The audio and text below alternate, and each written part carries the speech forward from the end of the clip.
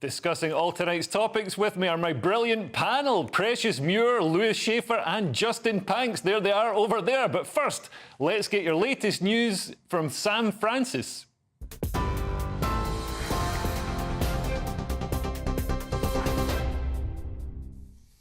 Leo, thank you very much and good evening to you. It's just after 8 o'clock and let's start with a roundup of today's election news as battle lines are being drawn in the fight for votes. Both the Conservatives and Labour launched their election battle buses earlier.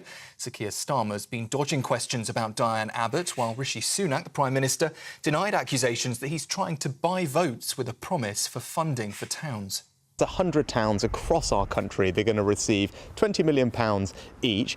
And crucially, it will be local people in all those areas are in charge of how to spend that money to make sure it's spent and invested on their priorities. An example of us levelling up everywhere, backing local people and their priorities and giving them the long-term funding assurance to do so. The methodology that selects these towns is something that's been used multiple times before. It's all public. It's based on areas levelling up needs, looking at economic opportunity, skills, health and life expectancy. So it's an objective set of criteria, all published online. But I'm not going to make any apology for supporting towns. Well, launching his battle bus, Sir Keir Starmer described the Conservatives' levelling up pledge as a phony gimmick. The Labour leader says his party's data reveals which areas will be hit if the Conservatives get back into government. Figures show that people in the north east of England will be £5,400 worse off, while families in the south west will be £4,300 poorer. You want change, the power's with you because the vote is with you. You have to vote for change. We have changed this Labour Party and put it back in the service of working people. What we're asking now, humbly asking, is the opportunity to change our country and put it back in the service of working people. And that requires both setting out our ambition to change the country, but also the first steps, the down payment, if you like, stabilising the economy, making sure we can deal with our waiting list, getting back people back into work, setting up Great British Energy to keep bills down. They are the first steps to the change this country desperately needs. Sir Keir Starmer there speaking earlier on the election campaign trail. Well, in other news, there's been a heavy police presence in central London today for several protest events. Thousands of people turned out for a rally organised by Tommy Robinson in Parliament Square as Stand Up to Racism staged a counter-protest nearby. And at a separate demonstration, we now know of 9 arrests for people trying to block traffic in the capital. The group of Youth Demand activists were calling for an end to military action in Gaza. Rishi Sunak has praised a proposed ceasefire deal set out by President Joe Biden. He's called it welcome news. He's also calling on Hamas to accept that new deal and to end the conflict in Gaza. The proposal would end the fighting there and return hostages, beginning with a 6-week ceasefire. However, Israel's government has said certain conditions still need to be met by Hamas. Boris Johnson says that a second Donald Trump presidency is now more likely following his hush money trial. The former Prime Minister came out in support of the now convicted former president, saying the verdict won't derail Mr Trump's campaign. Donald Trump says he will be appealing his conviction for falsifying business records and lashed out at what he calls a scam verdict. In other news, we've heard tonight that North Korea has been sending more balloons filled with rubbish and suspected animal poo floating off towards the south. In Seoul, the South Korean government dispatched chemical and explosive clearance teams to recover debris. We understand around 260 balloons have so far been detected flying across the border. Pyongyang says it's in retaliation for defectors and activists who send their own inflatables across the border, containing leaflets, food, medicine and often USB sticks that are loaded with K-pop videos. And finally, before we hand back to Leo, Ticketmaster has confirmed today that it's been hacked and that the data taken could include customers' partial payment information. Some 560 million people worldwide are reportedly affected. It's being suggested the group called Shiny Hunters wants £400,000, or it's threatening to sell the details on the dark web. That's the latest from the newsroom for now. Another update in the next hour. Until then, you can sign up to GB News Alerts. Just go to our website, gbnews.com/alerts.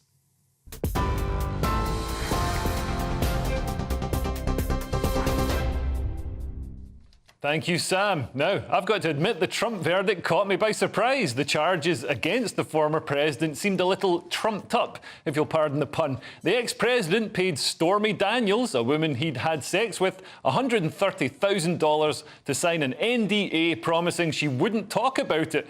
Didn't really work. This was categorised as legal expenses, which is a bit naughty, kind of like categorising a house you don't live at as your main home to pay less tax. But it's not a felony offence. But because this happened going into an election, the prosecutor stretched it to say that he miscategorised the hush money payment to influence the election, as it was concealing something that could damage his reputation with voters. Boris Johnson called it a liberal hit job. Is he right? I mean, voters already knew that Trump was a cool guy who liked to party with hot babes, and he showed that Trump could get better value for money than a Democrat. Bill Clinton paid $850,000 of hush money to Paula Jones, just one of the women he had an affair with, and she wasn't anywhere near as hot as Stormy Daniels, who's a genuine porn star. If anything, the whole affair just added to Trump's aura as the motley crew of politics. And Clinton isn't the only Democrat leader who's paid off women after having affairs. Presidential candidate John Edwards was accused of handing $1 million of campaign money to his pregnant mistress. Maybe he should get some advice from Trump about birth control. Unlike Trump, his prosecution failed. Unfortunately for the Democrats, the court case seems to be backfiring. The verdict gave Trump an immediate 6-point boost in the polls, and his campaign raised $39 million in just 10 hours. A lot of people think that Trump is the victim of a political witch hunt. And with him able to run for president, even if he's in jail, it looks like Trump's final jury will be the American public when they go to the ballot box in November. Now, I'm joined tonight by the broadcaster Precious Muir and the comedians Lewis Schaefer and Justin Panks. Now, I'm going to show what happened when Biden was questioned about it. But first, let's see what my panel make of it. Justin, do you think that Trump was stitched up? I don't know if he was stitched up in that what he's been tried for, technically he might be guilty of, but it seems like... I think the problem, I've noticed this in America before, is I think that America don't seem to try things, and this is just my opinion, on a case-to-case basis. I remember in the 90s when O.J. Simpson was found not guilty, I always felt that was making some sort of atonement for the Rodney King stuff. Yeah. So I feel like what it is, and it's again, like, wasn't it Al Capone got done on tax evasion? And it's sort of like, you know, you can think that Trump's a bad guy like the Democrats obviously do, but I think what they've got him on, it might technically be correct, but it's definitely trumped up, and it's definitely like, I don't think it's OK to treat the legal... Lawfare, they call it, don't they? Yeah, lawfare, and we've seen it used against other people. But, I mean, Precious, you're looking surprised. You think Trump's guilty? Of course he's guilty. I mean, what are we doing? I mean, he's done so many things that the list is long, but at the end of the day, how are you going to be president and you can't go to the sister countries? He can't now go as a felon. He can't go to Canada. He can't go to the UK, many other countries. He has deflected from the things that he's actually done by talking about other subjects. So he basically says, look over here, while he commits all these crimes. It's ridiculous. But you could say that the other people have done that because other politicians commit way worse things. Like, you've got Hunter Biden on the laptop and this. And, I mean, this Stormy Daniels is a porn star. She's still got a lower body count than the Clintons. I mean, oh, my God. They do not get... This is what this thing is. It's like two-tier police, and it's like a two... And, you know, anyone celebrating it, to be celebrating, like, in a democracy, like political opponents being... I saw that... Is it Cenk Uygur from Young Turks? Oh, yeah, yeah. I saw him, and I think he said this. He said it's Trump's own fault, and he's foolish, because they never would have brought these charges if he hadn't run for president. Yeah, but that's not... That's like saying, well, we've got you by the whatevers. If you do it, you can't control people like that. They've got a lever on democracy. Exactly that. And also, I mean, Precious, you've got to agree, and I think, Lewis, you'll agree that, you know, there's double standards here, because, I mean, look at the scandal around Trump mishandling classified documents. They found classified documents at his home because Trump, you know, he likes to work hard. He's not one of these... He likes to work hard. He doesn't clock off at 5 p.m. He takes his work home with him, Precious. Well, he's up there, he stays up till sometimes 7 or 8 p.m. reading those documents. But when Joe Biden, the exact same thing happened to him. He had classified documents in his garage, not even you know, in a secure area. Right. Everybody made excuses for it. I think it's not an excuse. If you do a crime, you got to do the time. it's really that simple.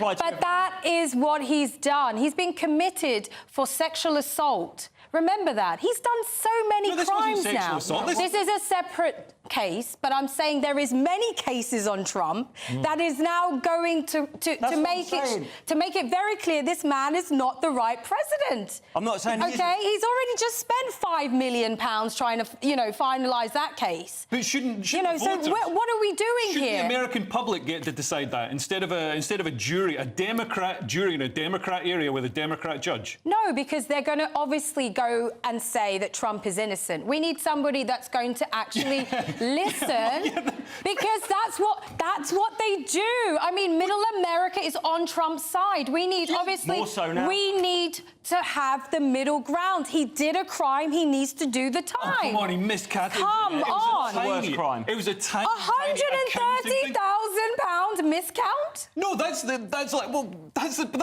on, £130,000. He didn't steal the money. He didn't steal the money. There's just the There's fact that 34 counts of misleading the money. No, come on. It went down in the ledger as legal expenses instead of. That's what he's alleging. That he's saying that his lawyers was being. Of course, that's what it's written down as, but it's a payment to pay off the lady he had a sexual encounter with. Right, so why isn't but Bill it is Clinton? illegal if you put it in the documentation. Just listen for a moment. Come on. If it's illegal, you're saying it's illegal. It is illegal for him to misuse that money. Stop talking. Oh my God, Leo. Just for one moment. So you're saying it's illegal Yes. for Trump to pay Stormy Daniels for sex, or to pay for silence? No, through listen, his system, listen. yes. So it's illegal for him to pay Stormy Daniels for sex. Why is it not illegal for Bill Clinton to pay $850,000 to Paula Jones? Why is it not illegal for John Edwards, when he's running for president, to pay almost $1 million? But you're doing what Trump does, and you're deflecting. We're not talking about Bill Clinton, and we're not talking about the other guy. We're talking about Trump, and he did what he did, and he needs to take accountability for what he has done. We're not talking about other people right now. We're talking about Trump. There's no way this would have been a felony. So why wasn't he honest about it, and why is he denying the fact? Wasn't he honest about it? He's denying the fact that the money was used for her. He's saying it was paid to the lawyer. That's what he's saying. To pay her. No, he's not saying that. He's denying it. He's not denying that the money was paid to Stormy Daniels. This is ridiculous. He is denying the fact. He's saying that his lawyer is saying on his behalf that he's paid her. He's not paid her. He's actually paid the lawyer for his work. That's what he's saying. Yeah, part of that work is paying off porn stars. That's not what he's saying. Nice job if you can get it. Come on, guys. Ridiculous. What do you mean? You kind of look and sound a bit like an American president. I do, and I played a senator on a film with Gal Gadot. And I forget the name of it, but it was quite good. Wonder Woman 2. And I was also in Wonder Woman 2. That was another one. Oh, was it a different That was one? another one. I played an advisor to the president. That was in the closer. Thanks for reminding. Is that the point is that, yeah, Donald Trump did a wrong thing. I'm with you. Yes, did a wrong thing. he did, 100%. But the court shouldn't have enjoyed prosecuting him so much. And that's why this is... Right now, in 235 years of American history, no president was ever indicted like this. This is so bad. So you're saying it's a witch hunt, and it's so basically. divisive. You're saying it's a witch hunt. They've had to go all the way down to... And I'm not excusing him. Like I said at the start, he probably did do it. It might, but he probably did do it. I don't know he did. But it's not even. It's not like he's shot somebody dead. This No, is it's not. But this is the thing. Everybody keeps sugarcoating it. So what if he's not shot this person? He's done a crime, guys. But he's done a crime. It's yes. a white-collar crime. It's trumped up into out. He is supposed to be a person to look up to and to represent the United America, and he's not doing that. People are looking up. No. Precious, wait till you see this. We've got footage of Joe Biden when he was asked about the case. Let's see if you still think he's a good guy after this. Mr. President, can you tell us, sir, Donald Trump refers to himself as a political prisoner and blames you directly. What's your response to that, sir? Do you think the conviction will have an impact on the campaign?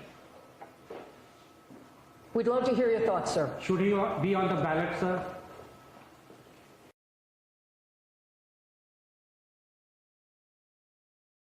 Looking forward to a nice lie down and some applesauce. Or maybe he needs to know where the exit is. He's probably prepared to find the exit out. I think the it's way track out. wind, the grimace. So he's been doing this. The truth is about Biden, he just gave a look like, and I know Justin, we've been on TV. Somebody asks you a question you don't know the answer to, and you think, holy cow, I look like an idiot.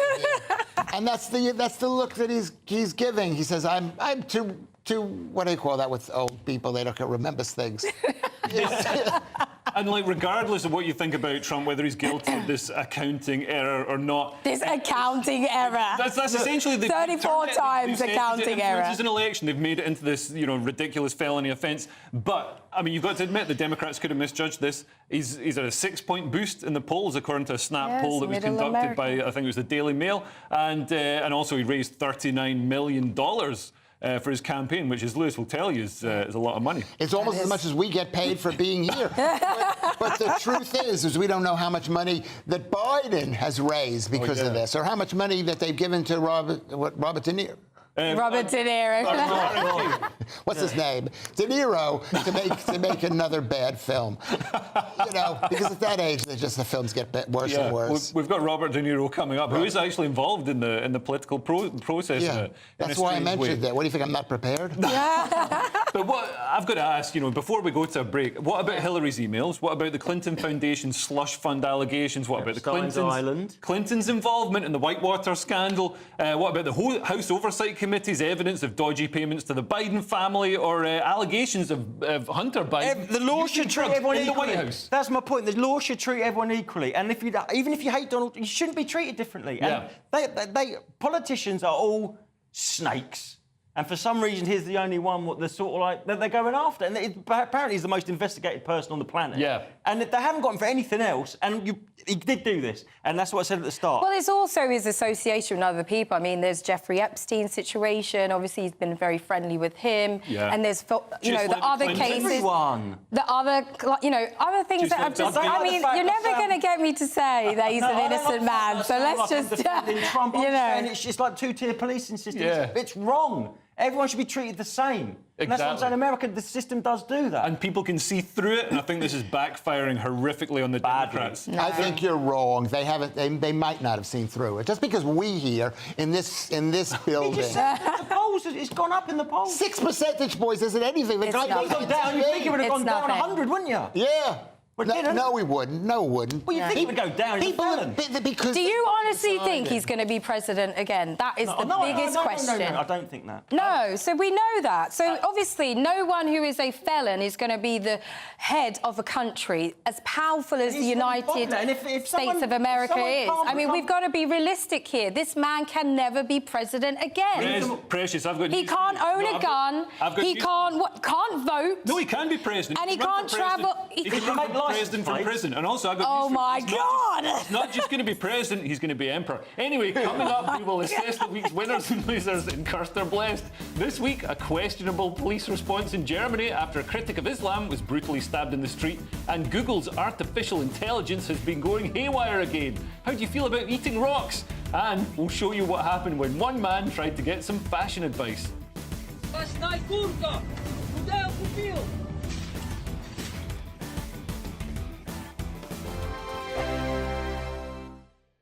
Headliners. Tomorrow's papers tonight, every night from 11 p.m. The Washington Post estimates that $50 billion was pledged by giant corporate donors over the last few years. Mega funders like George Soros, who dropped $220 million into fancy non-profits, and a lot of ordinary people sent in small donations. So where did all this money go? I mean, small organisations were raising insane amounts of money just through QR codes, sticking them up on posters and on the internet, on social media, and getting huge amounts of money. Where did it go? Well, we can see that quite a lot of it got spent on fun stuff for the organisers. So, I mean, Patrice Cullors, the founder of Black Lives Matter, we know that she bought, or Black Lives Matter on her behalf bought this luxury villa that she's like, oh, we're going to use it for community workshops or whatever. Yeah, that, and living in, and also her brother's business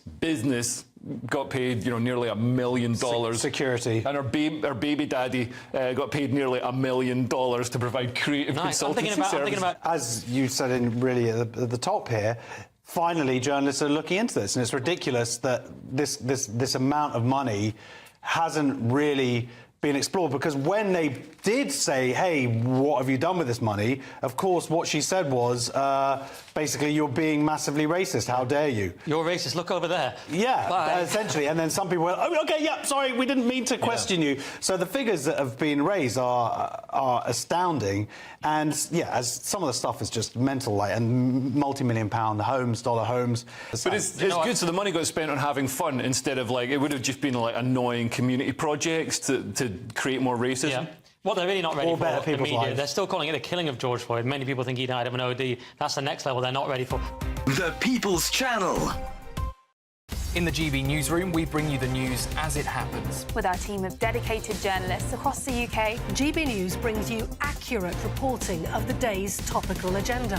When the news breaks, wherever and whenever it's happening, we'll be there.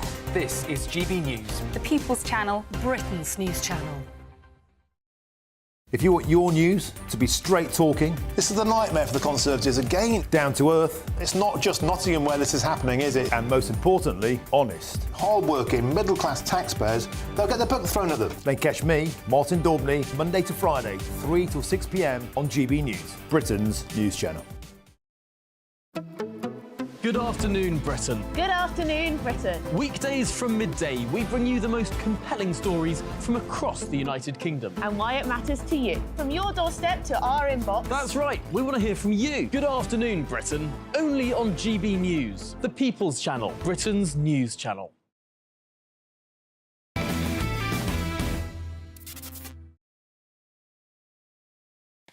Welcome back to the Saturday Night Showdown. Cursed or Blessed is coming up, but first I promised I would show you what happened when one man asked for some fashion advice.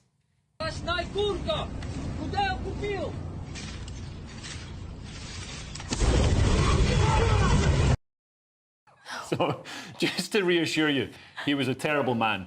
And it happened in a country where you're allowed to burn people. No, it's not. It's a clip from a film. So oh my God!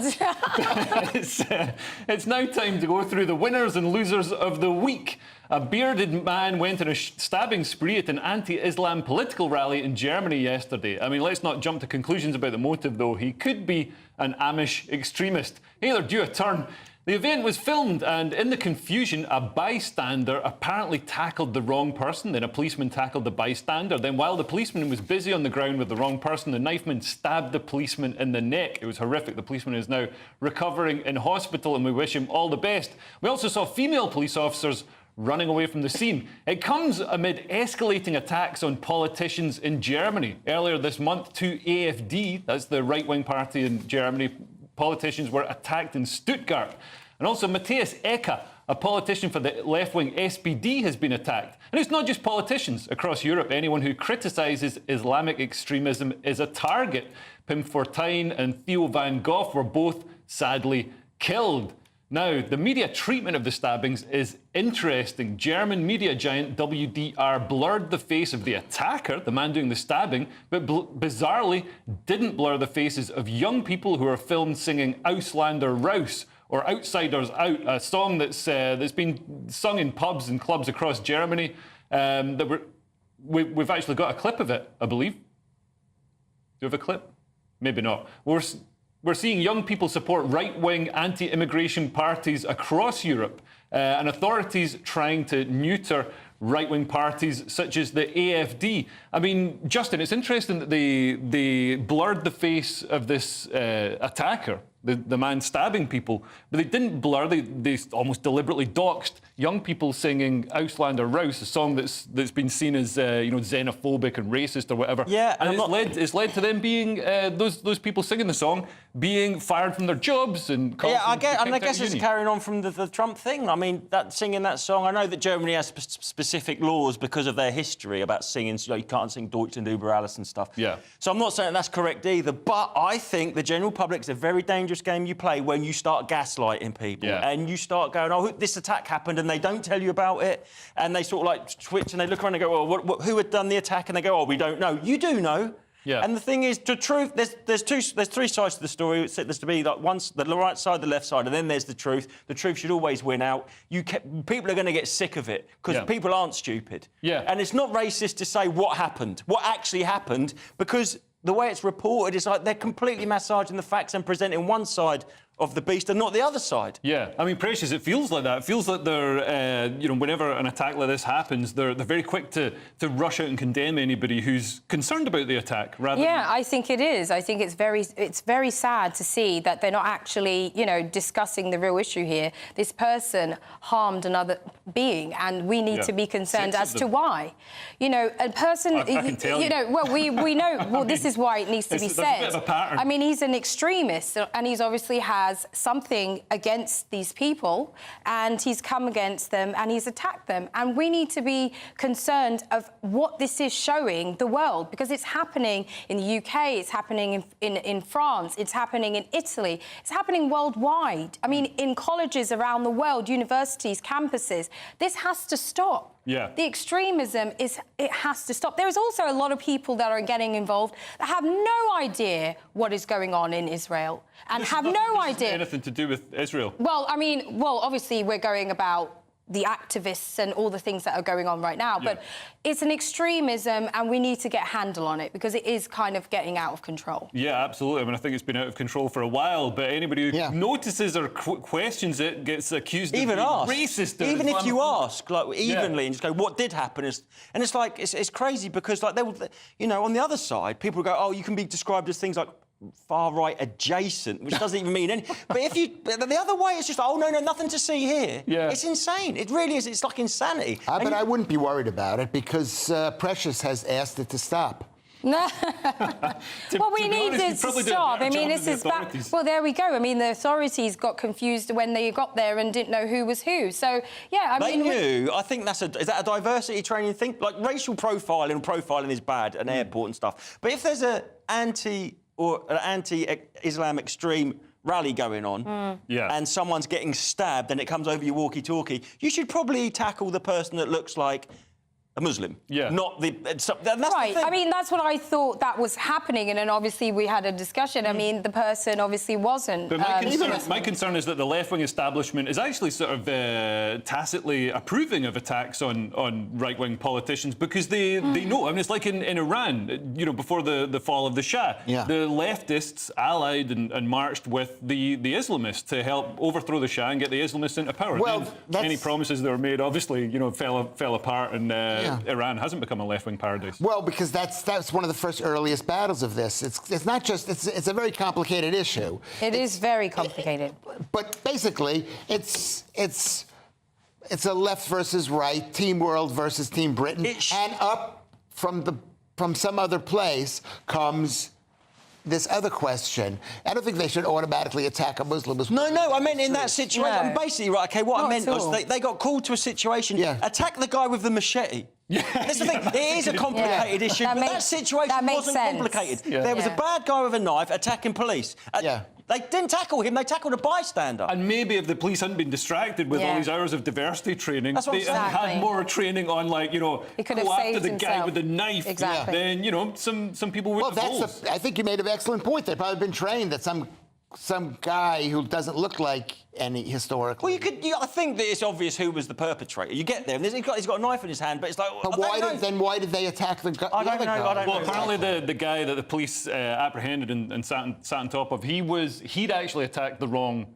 person. He'd attacked somebody who he thought was the attacker. Right. So everybody, I mean, it was like the Keystone Cops, isn't it? And then the police, obviously, the policeman actually got hurt, and he's now in hospital. We still don't know really an update as to he was stabbed while he was apprehending the wrong person. Yeah. So he had his back to the perpetrator. Yeah. I mean, it's just all round. I mean, and we still instead of wasting time, diversity training, you need to be training for this situation. Yeah. It's more important than being taught sensitivity. I don't know what they call it. But this situation is just one of a million situations which are going to come in the future. This is just like it's not even a red flag. It's just one tiny little mark in the sky that says something bad is happening. Well, Google has introduced artificial intelligence to its search results, and it's been giving people some ridiculous suggestions.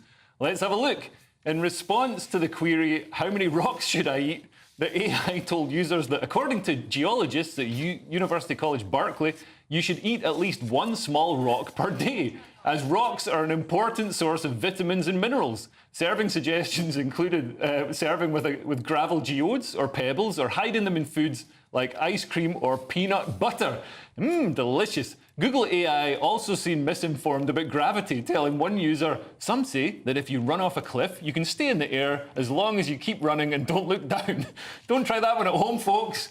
And when someone else asked if it's okay to leave your dog in a hot car, Google AI replied, yes, it's always safe to leave a dog in a hot car. Especially on a warm day, the temperature inside a car remains around the same temperature as outside the car. The Beatles famously released a hit single about the subject titled, It's Okay to Leave Your Dog in a Hot Car. I mean, I don't think there's a single sentence in that that's actually correct. Although I would buy that single. No. Is this Google AI writing Joe Biden's autocue? I think it would probably do a better job. And Google AI said that staring at the sun for 5 to 15 minutes is generally safe. Now, one journalist tried the advice out, not the dog in a hot car advice, thankfully, but Katie Notopoulos tried Google's recipe for pizza, which included the secret ingredient of glue. Google AI said that cheese can slide off pizza and recommended adding non-toxic glue to the sauce to give it extra tackiness. It did not go well, apparently, and was not delicious. And this is just a couple of months after Google AI gave ridiculous results, turning historical figures black in an attempt to be inclusive. I mean, do we think that AI... people have been warning us that AI is going to take over the world. It's a threat to humanity. I mean, if it's going to just be eating rocks and putting glue in pizza and it can't even recognise what a traffic light is... It's not going to be that. Well, all this stuff is getting... It's true. Well, all this stuff is coming from Reddit, isn't it? So it's kind of like humans are writing it anyway, just a random... Not just humans, real nerdy humans. Yeah, well... Well, no, I think what it is AI, it just scans the whole source, all the information it can. So the running off a cliff, if you don't stop running, that's Roadrunner. That's... So it's like probably, I don't know, but it's... Because I know, like, in chess, they had Stockfish, which was a chess engine that they taught how to play chess, and they made a new one called Alpha Zero, and they just taught it the rules and didn't give it any human input at all. And it comes up with all this wacky stuff, and it's like, now I think AI is developing its own sentience, but it's like, there's no common sense. Yeah. And it's just sort of like, you know, so it understands minerals. There's no difference between the minerals in a rock and the minerals in a bit of broccoli. Right. And I just think it's getting carried away with itself. Do you remember when they made one and they start talking to each other in a language? Yeah, they had to shut it down.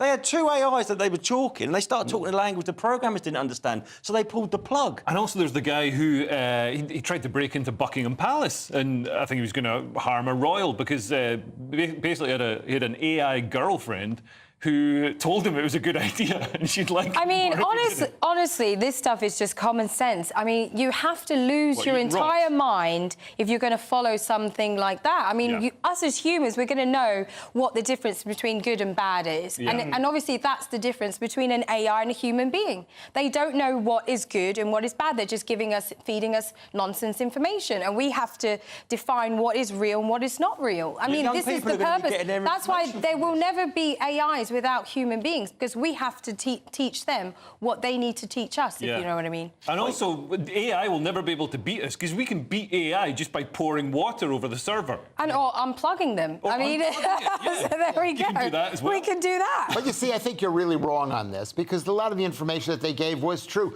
Glue, it says non-toxic glue, which means that you can eat it. Where does glue come from? What is the old... Well, it's true. Horses as well. Whatever it is, it comes from cows and horses. Yeah. And you're right about, like, broccoli having minerals. Rocks are minerals. I eat magnesium every day, 500 milligrams, maybe sometimes 1,000. Have you ever eaten glue? Because it seems like the sort of thing you do. Yes, of course I've eaten glue. I was a child. My God. And recently, it doesn't taste bad because glue? it says on the package it's okay to eat. Yeah, and also they make Pret sticks so delicious. It's even got that nice aroma.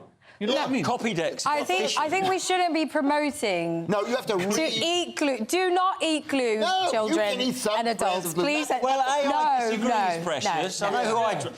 No, we don't need to consume glue. It makes no sense. You can have a pizza with your bits of, you know, whatever sliding off. You don't need to glue them down. The thing is, absolutely AI doesn't not. even know. You just hold the pizza flat. You can't hold it like that. It will slide off. Yeah, but we don't need to glue it down. It's fine. Yeah, just use. We don't need to consume any glue. Drawing pins. Non-toxic, toxic, whatever it is.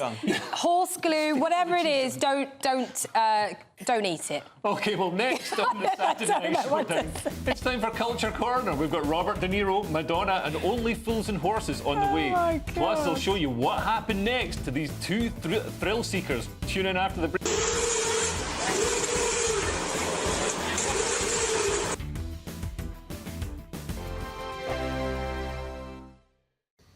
Hello, here's your latest weather update from the Met Office for GB News. We hold on to a lot of fine weather across the UK over the next day or so, but as we go into the new working week, things will turn a bit cooler and more unsettled from the north. High pressure is dominating at the moment, the high located just to the west of the UK, but it's keeping things pretty quiet weather-wise. And certainly as we head into the evening, we hold on to a lot of fine, dry weather. Cloud tending to melt away across England and Wales, so plenty of clear weather as we go into the early hours of Sunday. We'll see one or two mist or fog patches forming by Sunday morning and notice some rain just pushing into the far northwest of the UK by the early hours of Sunday too. Towns and city temperatures hold up quite well, generally near double figures, but in some rural spots we could dip down to 2 or 3 Celsius, so we could see a touch of frost in one or two very rural spots by Sunday morning.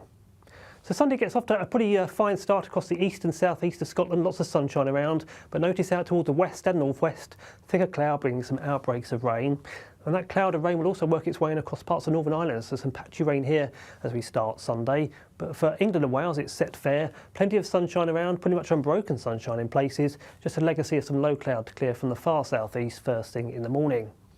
During the rest of the day on Sunday, those outbreaks of rain in the northwest will gradually start to migrate further south and east across other parts of Scotland, across Northern Ireland, eventually reaching the far northwest of England by the very end of the day. East of Scotland and down towards the southeast, and too for much of England and Wales. Lots of sunshine here, and again feeling quite warm in that sunshine, particularly towards the southeast of England. Highs here of 23, possibly even 24 Celsius. That's into the mid-70s in Fahrenheit. Always a bit cooler though towards the northwest, given that cloud and rain. The band of cloud and rain edges further south into England and Wales as we go into Monday. To the south of that, brighter skies, 1 or 2 showers, and much brighter weather, but turning cooler too across the north of Scotland, with highs up to 19 or 20 Celsius across the south of the UK, nearer the low to mid-teens further north. Generally turning more unsettled and cooler during the week ahead though. We're GB News, and we come from a proud tradition of British journalism. That's why I'm so excited to be here. It's something so new. The first news channel to be launched in Britain in over 30 years. Launched to represent the views of the British people. To go where other broadcasters refuse to go. How did you find out about the story in the first place? Launched with one aim. To be the fearless champion of Britain. It's an absolutely fantastic atmosphere here. This is GB News. GB News, Britain's news channel. GB News is the home of free speech. We were created to champion it, and we deliver it day in, day out. Free speech allows us all to explore and debate openly the issues most important to us, our families, and of course, the British people. Having challenging conversations to enlighten each other. Which is why we hear all sides of the argument. We are the People's Channel. We will always stand by the freedom to express yourself. On TV, radio, and online. This is GB News, Britain's news channel.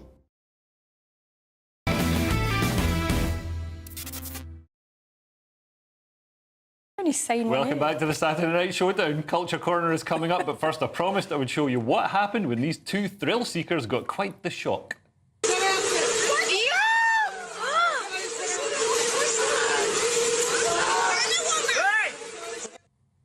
Did not kill them, so don't worry. That's a ride in Kazakhstan that went out of control. That was, apparently. Yeah, it was powered by a moped engine. So yeah, I mean, at least when you go to Peppa Pig World, things are put together a bit better. Anyway, the actor Robert De Niro was heckled in New York this week during former President Donald Trump's hush money trial. De Niro appeared outside of the court where Trump's trial was happening and engaged in a war of words with Trump's supporters. Let's take a look. You're a softy! You're a nobody! You're trash! You're trash! You're done! I mean, this is really, even these people over here are kind of, it's kind of crazy. It's really crazy, and this thing, Donald Trump, has created this. He seems exactly like one of the characters from Goodfellas.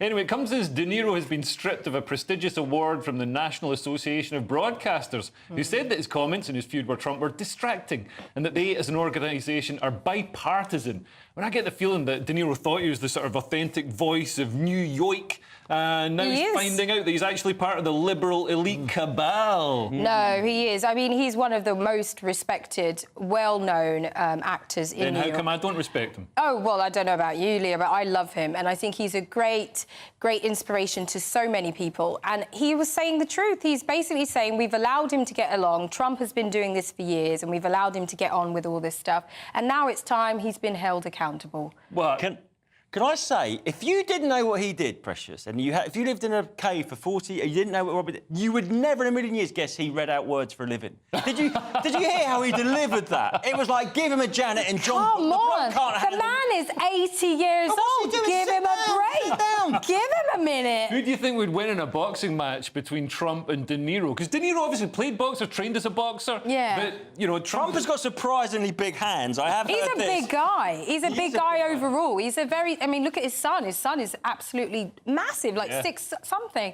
I mean, they are big. They're a big family. They're a big family. De Niro's gone to bat hard. Yeah. He's a solid man. He's a New Yorker. He's hard. He's Italian-American. He'll take Trump down one swoop, I think. That would just be... My money's on Trump. Yeah. Moving on, a Daily Star reporter has branded TV classic Only Fools and Horses as borderline homophobic and racist. Reporter Joe Crutchley said the show, often considered the greatest British sitcom of all time, was actually the worst. Joe found it extremely traumatic, saying, "The vile comments keep on coming. After being served by a barmaid, Del Boy dubs her an old dog. And just minutes later, Rodney describes a woman as some Chinese tart. Well, Del Boy adds, Chinese, Japanese, it's all the same to me." I mean, wow, this is basically Mein Kampf, isn't it? I mean, Joe says that this is making fun of minorities, but it's not. The joke is always on, you know, Del Boy and Rodders getting it wrong and being... I like the way that's called borderline. You know, I mean, you either are or you aren't. There's no such thing as, like, borderline. It's just, if it's wrong, it's wrong. Yeah. And so that's, like, ridiculous. I've never seen it. It just looks like another horrible British... Oh, my God. No, it's a classic. Yeah. It's a real classic show. It's based in Peckham. Desmond's also was a classic show, very similar, based in Peckham. Yeah. These shows actually were part of history because in that time that they were filmed and they were put on television, people were actually interested in their storylines. It was kind of inspirational but relatable at the same time because obviously these people are working class, they live in a council flat, some of them don't have jobs, sometimes they have jobs, they don't have jobs. And sometimes they do accounting errors. Right. But at the end of the day, it was a relatable show and nothing in there was, in my opinion, racist at all. And as a woman of colour, I can say that. It was light-hearted and it was taken in a way that it was humour, it was comedy, it wasn't meant to be serious. I mean, Justin, do you think we're getting caught in a trap here? I see papers publishing articles like this, and it's almost to get people outraged, so they then share it, saying, this is terrible. I've seen them doing it going as recent as Friends. I've seen people saying Friends well, you would is understand that, The Simpsons. And The Simpsons, the thing is, it's like you stand at the edge of the sea and the sea's up to your ankles and you don't move and the tide goes out and all of a sudden, at the time, it was acceptable. It was. Like, things change and it was like, they were the butt of the jokes. I mean, it was the butt of the jokes. Trigger was really dumb. You know, and he said loads of dumb stuff, and Rodney, Dale would be insensitive and think he was all sort of flash and bourgeoisie, but he was a fool. Yeah. And there's just he drove a three-wheel car. I mean, how is that not funny? I mean, it was absolutely... The show was hilarious. It wasn't the three-wheel car wasn't done as it was done as a bit of a joke, but there was a car like that. They didn't make the car for the show. Oh, okay. So how would you, beautiful, precious Muir, make up for the fact that here's an article out there has said that this show's racist? It's not racist at all. Okay. It was perfect. Meanwhile, they're a convicted racist, this show, so it shouldn't be on the air because it's been written in. Well, it's because everybody has now this sensitivity situation where they're feeling, upset for other people. You know, you can't be non-black and be saying a show is racist when I'm actually of colour and I'm mixed race, I'm half black, and I'm telling you it's not racist. You tell him, Precious. Right? So at the end of the day, you can't speak on my behalf. Quite right. Well, singer Madonna is facing a lawsuit following her recent concert in LA. An audience member is suing because they say the toplessness on stage was pornographic, as it's Madonna, who's probably a trip hazard as well. Don't worry, we don't have any footage. The fan who filed the legal claim accuses Madonna of pornography without warning. I wonder if it's the same guy who wrote that article about Only Fools and Horses, after he was forced to watch topless women on stage simulating sex acts. The lawsuit also notes that the performance started late. Got to complain about everything. Now, Madonna's famous for this kind of thing. Don't you think this guy should have just Googled who Madonna was before blowing $300 on a ticket? It's just someone trying to... They've seen a loophole they think they can exploit, isn't it? I don't think they're really... Sounds like a Democratic prosecutor.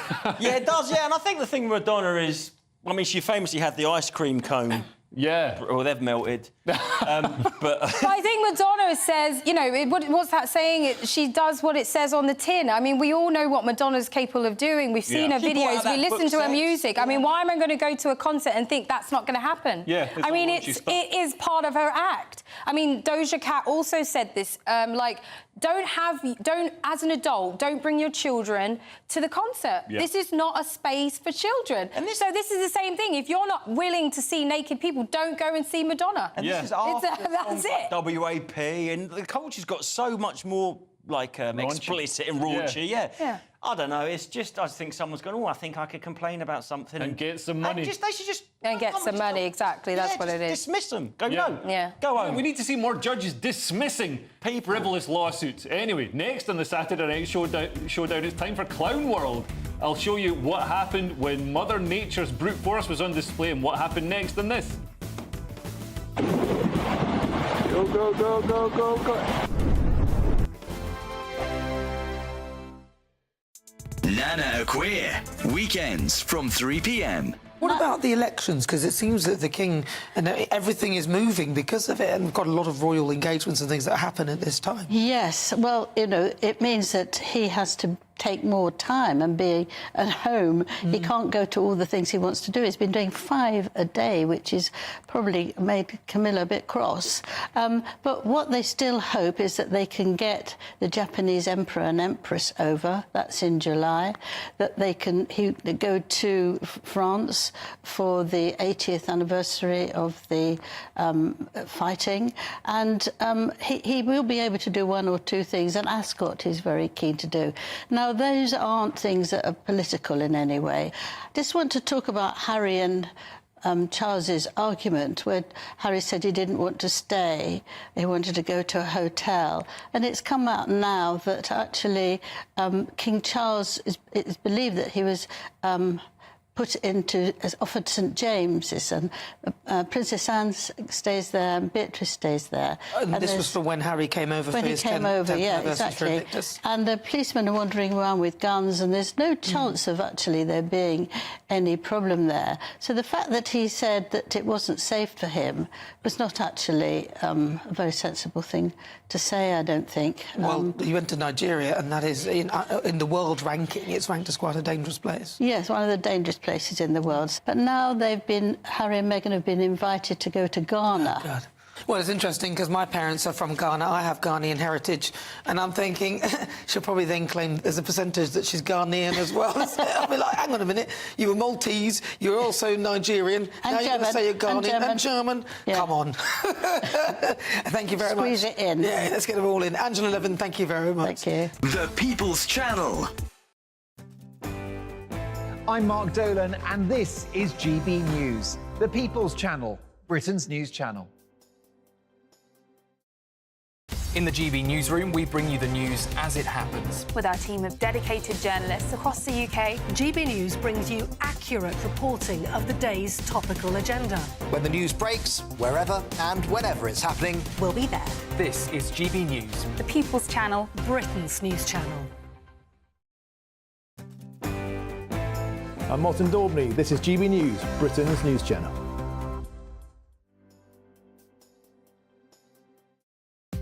Sunday nights on GB News. From 6, Neil Oliver. At 7, it's Free Speech Nation with Andrew Doyle. At 9, Mark Dolan. And at 11, get set for the week ahead with headliners. Tomorrow's papers tonight. GB News, the People's Channel, Britain's news channel.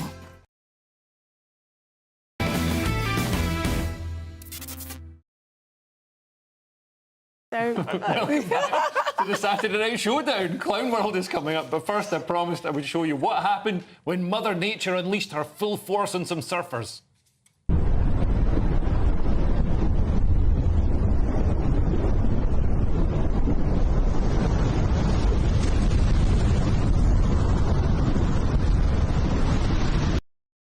And for anyone listening on radio, that was they sent jet skis in to rescue surfers who've come unstuck in big waves surfing, and they just escaped from that wave. It's very exciting. Very exciting. You done any big wave surfing? I am absolutely terrified of the sea. Yeah. Because it's massive and it's got deep. sharks in it. And it's really deep. Yeah. Yeah. And you know, when you go to a swimming pool, it tells you how deep it is. Yeah. And the sea should have that. There's tons of creatures in there we just don't know about. Aliens and everything. I know there's all sorts going on in there. OK, well, one social media influencer had something to say about men in the 21st century. Let's have a look. So I want to talk about why men of this generation are scared of women and are so terrified of being called creeps. I think it's like one of the things that they fear the most. They never want to be that creepy guy, and now in this generation, everything's recorded and put on TikTok, so they're scared about that. What is she doing? We're all now that creepy guy to be Sorry, was she talking? I didn't even... What was going on there? Well,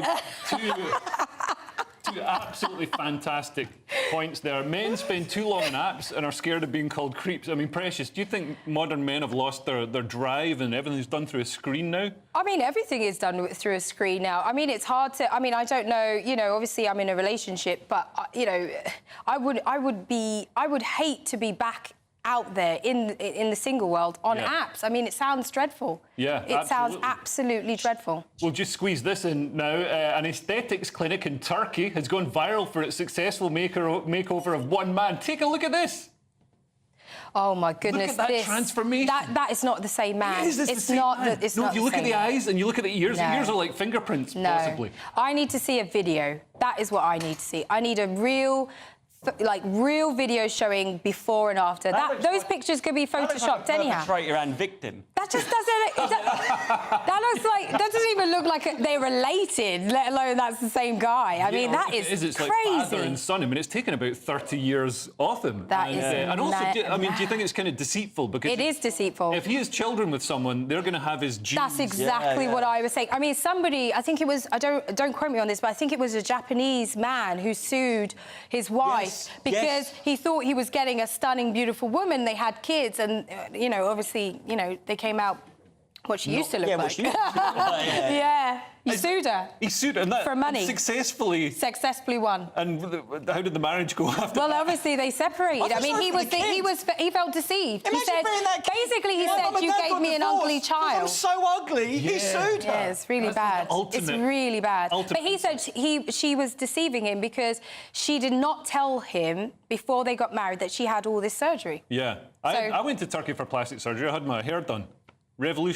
Yeah, revolutionised my life. Oh, wow. But I think that's slightly different, though. It's just your hairline that you obviously... would be bald. Yeah, like... you know, it would be bald, but then it wouldn't be like... They wouldn't grow like a receding hairline. Yeah, like all of a sudden. I think slight stuff is OK. You know, little nip and tuck here and there. Wearing makeup? Right, exactly. Makeup as well. No, that's OK. It is OK. It's not OK for men. It's you see the girl, you're beautiful. Anyway, sadly, we've got to sometimes people think women look better without makeup, actually. No, they do. Women do look better without makeup. I don't know why they wear it. Anyway, up next, it's Mark Dolan tonight. What have you got for us this evening, Mark?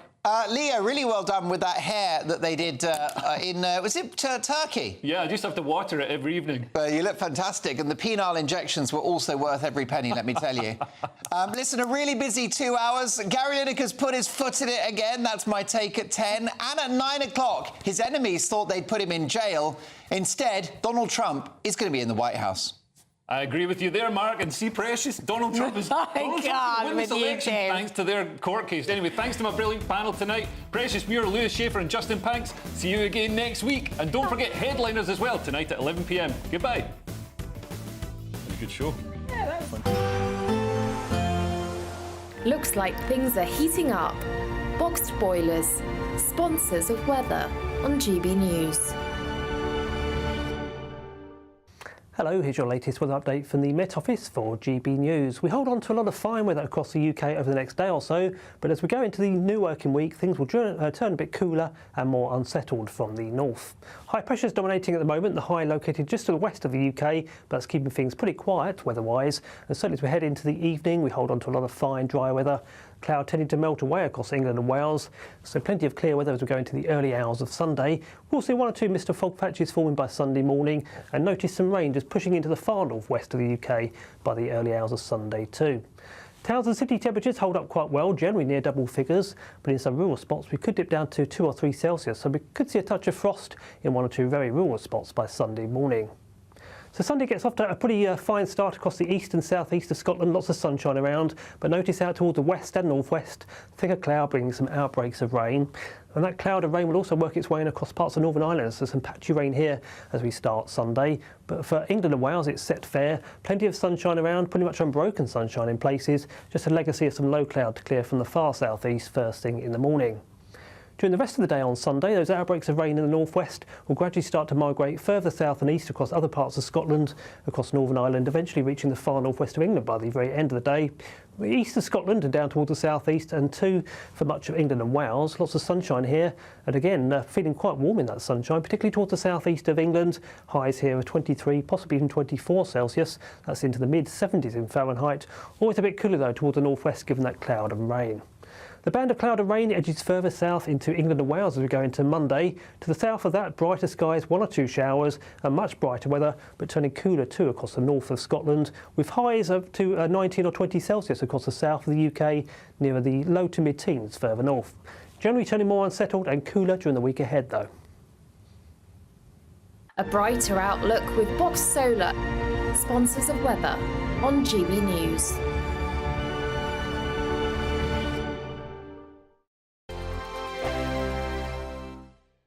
It's the Great British Summer Giveaway, and have we got a prize for you? There's a totally tax-free £15,000 in cash to make your summer spectacular. Spend that extra cash however you like. You'll also win a brand new iPhone, Apple AirPods, and if that wasn't enough, a £500 voucher to spend at your favourite UK attraction, so you can enjoy amazing days out this year.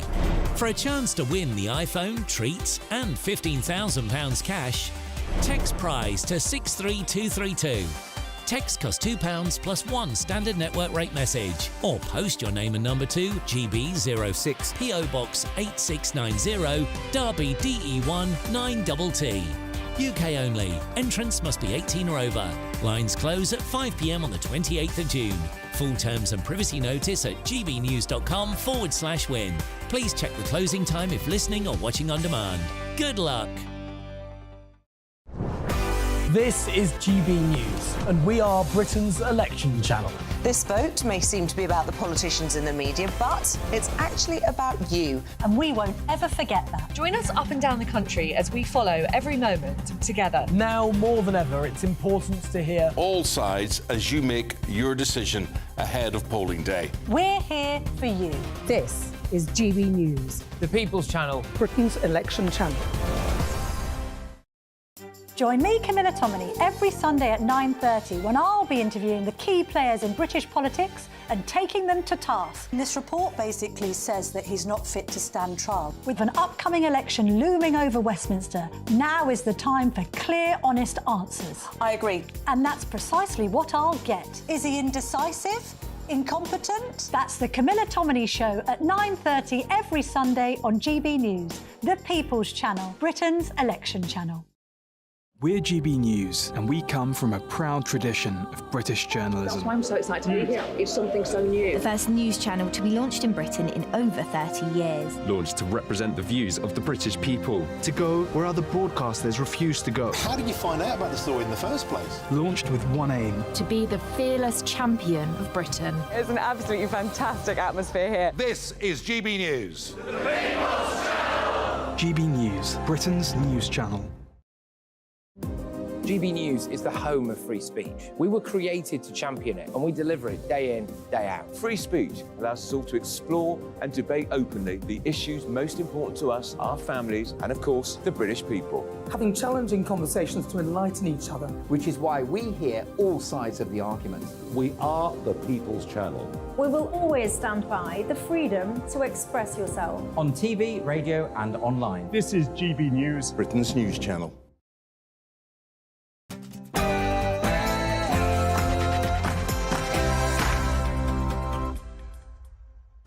Good evening. Busy show tonight. It's 9 o'clock on television, on radio and online.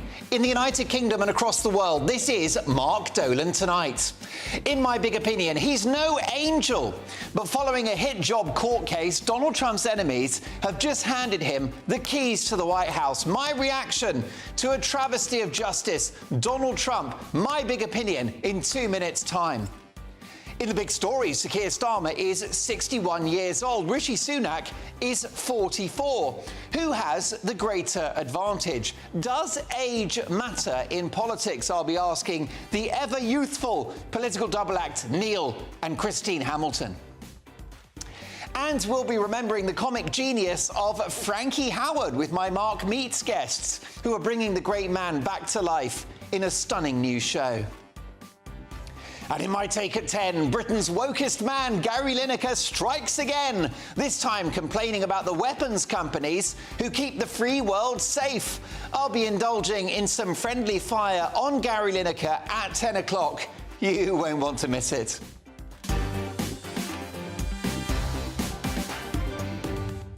Two hours of big opinion, big debate and big entertainment. It is a Saturday night, so you have my permission to have a drink or fire up the kettle, tear open the custard creams and let's get to work. Mark Dolan Tonight, your perfect Saturday night in. Lots to get through, but first the news headlines with me all evening. My wingman, Sam Francis.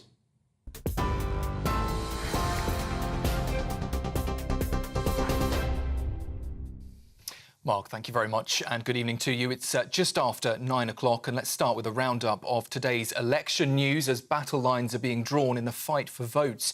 Both the Conservatives and the Labour Party launched their election battle buses earlier. Sir Keir Starmer's been dodging questions about Diane Abbott, while Rishi Sunak denied accusations that he's trying to buy votes with the promise of funding for towns across the country. 100 towns across our country, they're going to receive £20 million each. And crucially, it will be local people in all those areas are in charge of how to spend that money to make sure it's spent and invested on their priorities. An example of us levelling up everywhere, backing local people and their priorities and giving them the long-term funding assurance to do so. The methodology that selects these towns is something that's been used multiple times before. It's all public. It's based on areas levelling up needs, looking at economic opportunities, skills, health and life expectancy. So it's an objective set of criteria, all published online. But I'm not going to make any apology for supporting towns. Well, just hours before that announcement from Rishi Sunak, Labour were launching their own battle bus, which is setting off on a 5,000-mile journey to key seats across the country this coming week. Speaking as his coach was unveiled, the Labour leader claimed that people in the north-east of England and the south-west will, he says, be thousands of pounds worse off under the Conservatives. You want change, the power's with you because the vote is with you. You have to vote for change. We have changed this Labour Party and put it back in the service of working people. What we're asking now, humbly asking, is the opportunity to change our country and put it back in the service of working people. And that requires both setting out our ambition to change the country, but also the first steps, the down payment, if you like, stabilising the economy, making sure we can deal with our waiting list, getting back people back into work, setting up Great British Energy to keep bills down. They are the first steps to the change this country desperately needs. Sir Keir Starmer there speaking earlier. Well, let's just turn away from election news for a moment and just bring you a breaking line that we're getting from Nottinghamshire this evening, where we understand that 4 boys, including a 12-year-old, have been arrested on suspicion of raping a teenage girl in Newark. Police say they received reports that the girl had been attacked on a playing field in Newark a week ago. The 12-year-old boy, a 13-year-old and 2 other boys, both aged 14, have all been now arrested and released on bail with strict conditions, police say, in Nottinghamshire. And that follows the arrest of 4 other teenage boys, 2 aged 15 and 2 aged 16. Those 4 also remain on conditional bail.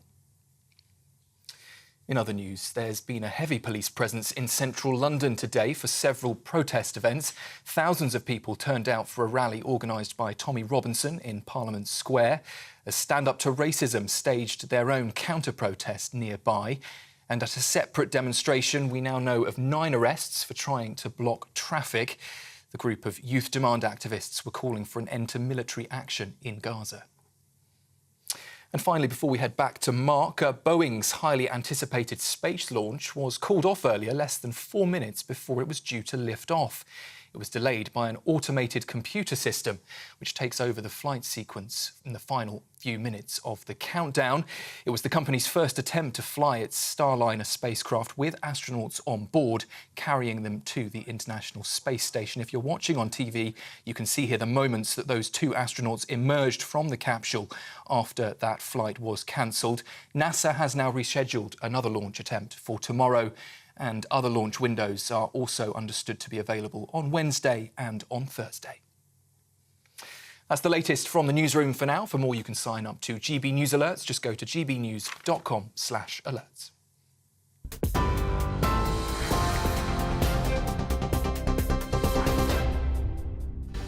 Isn't Sam Francis brilliant? He's with me all evening, delivering largely accurate news bulletins. Welcome to Mark Dolan tonight. In the big story, Sir Keir Starmer is 61 years old. Rishi Sunak is 44. Who has the greater advantage? Does age matter in politics? I'll be asking the ever-youthful political double act Neil and Christine Hamilton. I believe Christine is 37. We will be remembering the comic genius of Frankie Howard with my Mark Meets guests. And in my take at 10, Britain's wokest man, Gary Lineker, strikes again, this time complaining about the weapons companies who keep the free world safe. I'll be indulging in some friendly fire on Gary Lineker in my take at 10. You won't want to miss it. Reacting to the big stories of the night, my all-star panel. Political commentator Benedict Spence, journalist and model the Green Goddess herself, Diana Moran, and the brilliant anarchist and author, Dr. Lisa McKenzie. Plus, the most important part of the show, your emails. They come straight to my laptop, gbnews.com/your say. And this show has a golden rule. We don't do boring, not on my watch. I just won't have it. It's a red line. It's a deal breaker. A big 2 hours to come. Lineker at 10. Watch out. But first, my big opinion.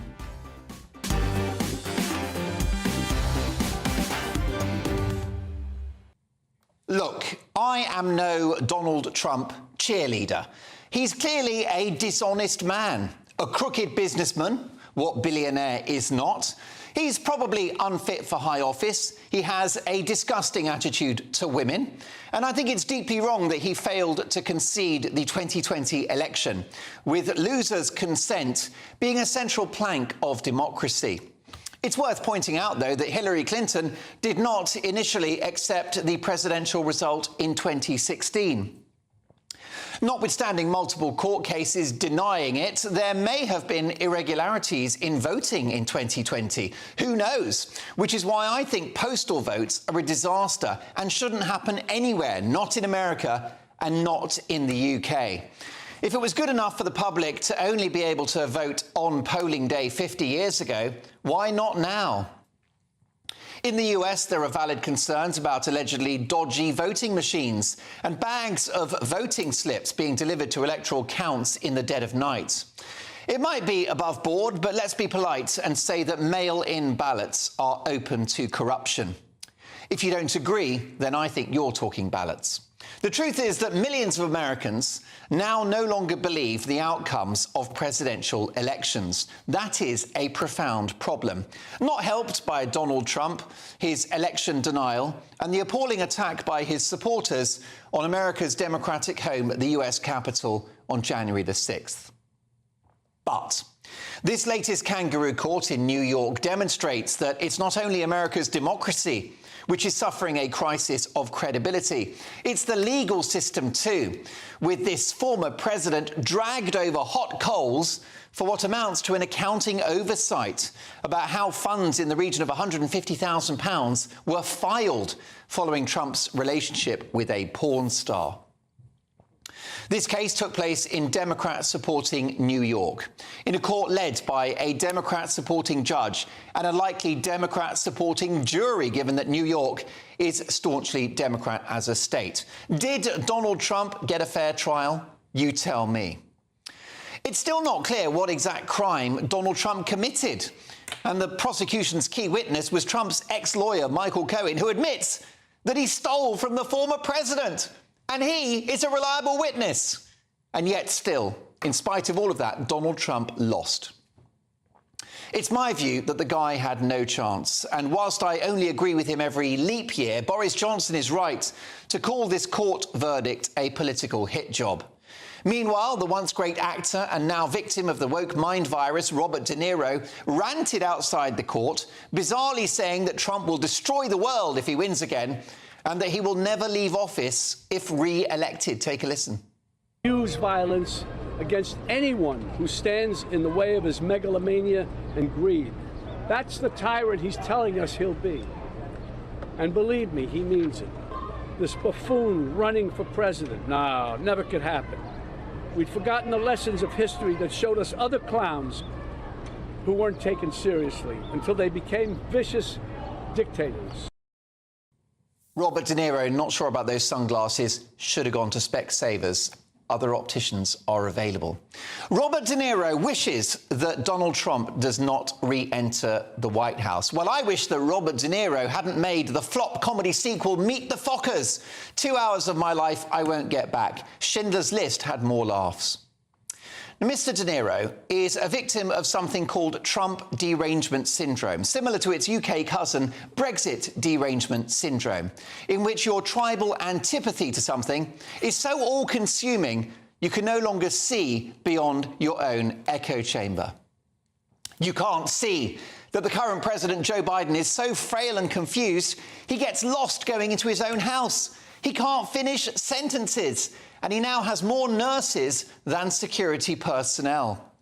You can't see that Joe Biden's presided over America's humiliating withdrawal from Afghanistan, which left the Taliban, a motley crew of hateful, dangerous thugs, with billions of pounds of military equipment. You can't see that Joe Biden has further imperiled the long-term stability of America, which is essentially a massive pyramid scheme with yet more borrowed billions, or that under Biden, toxic, divisive wokery has infiltrated America's public institutions. Biden is a leader so weak, Vladimir Putin decided he could try it on with Ukraine, whilst President Xi of China casts an avaricious eye over Taiwan. When you're in that bubble, the Trump derangement syndrome, you can't see that whilst president, Donald Trump didn't start a single war. He grew the economy. He reached out to tyrants like Kim Jong-un of North Korea and Putin and Xi, all in the pursuit of peace. Trump's legal problems, his supporters argue, are based upon a desire to prevent him from becoming president once again. A left-wing establishment stitch-up of this flame-haired populist, this fearless anti-woke man of the people. The great irony is that if this concerted campaign against Trump is designed to destroy him, obviously it's going to have the opposite effect. His opponents thought that they would put him in jail. Instead, they've put him in the White House.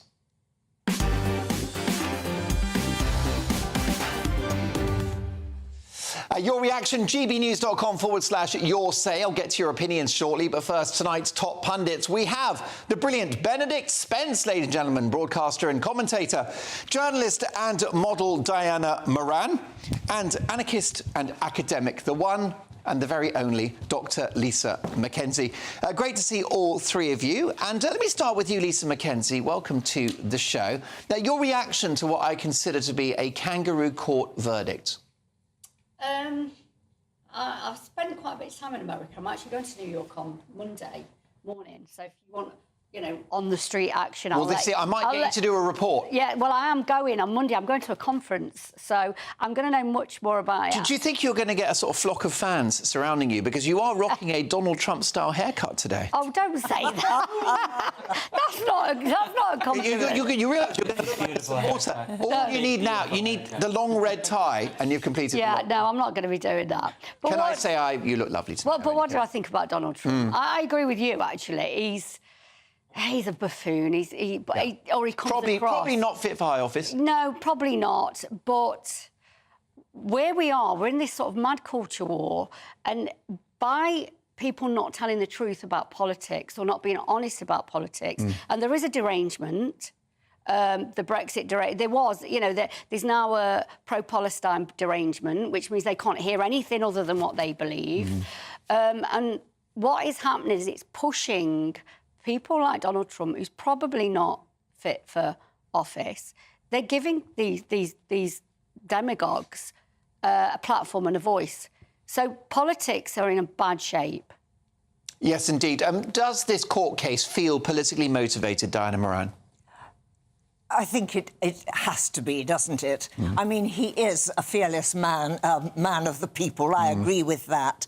But I also agree that if he has done some of these, how many? 30, 40 crimes that they're talking about? 34 counts, Surely he's going to have to stand up for some of it. Otherwise, it just makes a whole laughing stock of the legal system. It just doesn't seem right at all. I mean, what do you think are the political consequences of this judicial decision, Benedict? I think Trump wins by a landslide. Yeah. No, so do I. Is it politically motivated, or is that a conspiracy theory? Do you know what? I'm not sure if it's entirely politically motivated, because clearly there was a case to be investigated. Whether or not bringing it was politically motivated, whether or not there was enough evidence there, whether or not he was ever going to get a fair trial in New York, I think is a different question.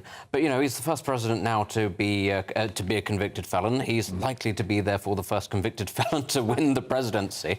And I think, really, that if this is politically motivated, the Democrats have done him a fantastic service. His website crashed in the hours after the verdict came out. He's raised tens of millions of dollars. It was over $50 million last time I checked. He was already up 15 points with the bookies. Raised about $50 million in a matter of hours? I think in a matter of, it's been a day since then. That was the last time I'd heard. It was within hours. It was 30 million. So I think it's within a day. But, amongst the bookies, I think he was already 15 points up before this happened. Well, now that you've seen that sort of outpouring of support, and there was this idea, wasn't there, that, people won't want to vote for a convicted felon. Like that ever hindered Silvio Berlusconi. That's not actually the way that people work if they think, the system is rigged against me and my guy. And that's what a lot of people see him as, my guy. Politics has changed. Was that court case politically motivated? Do you think now that Donald Trump has been gifted the keys to the White House? Let me know your thoughts at gbnews.com/your say.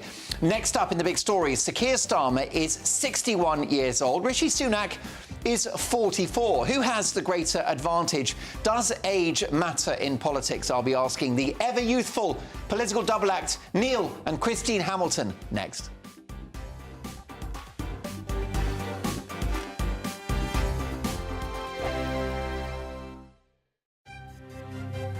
GB News Breakfast, every day from 6 a.m.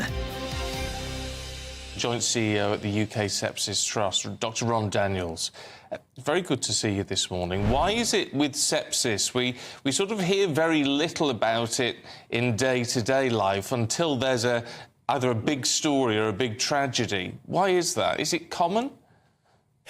Well, it's astonishing, isn't it? We have a condition here that affects nearly 250,000 people across the UK each year and claims 48,000 lives. And just for context, breast cancer, and I'm not diminishing how horrible that can be, claims 11,000 lives. So sepsis is 4 times more prolific as a killer. I think the reason we don't hear about it is because it doesn't really belong to any particular speciality of doctors. It touches every aspect of healthcare, and therefore there's no professional group to be championing it, which means it needs an advocacy organisation like ours. My understanding is that it's when your own immune system starts to attack the tissues, but by the time people realise that their temperature isn't just flu or something, they can often be in quite a perilous state. It arises in people of any age, people with whether or not they've got underlying illness, and it can arise as a consequence of any infection. So it presents hugely differently. So what do we do? If you're concerned something is devastatingly wrong, there are 6 key symptoms to look for, and they spell the word sepsis. S for slurred speech or confusion. E for extreme pain in the muscles or joints. P for passing no urine, no water in a day. S for severe breathlessness. I for it feels like I'm going to die, and people really do say that. And then the final S for skin that's mottled or discoloured or very pale. Any one of those 6 in the context of infection, it goes straight to A&E. The People's Channel.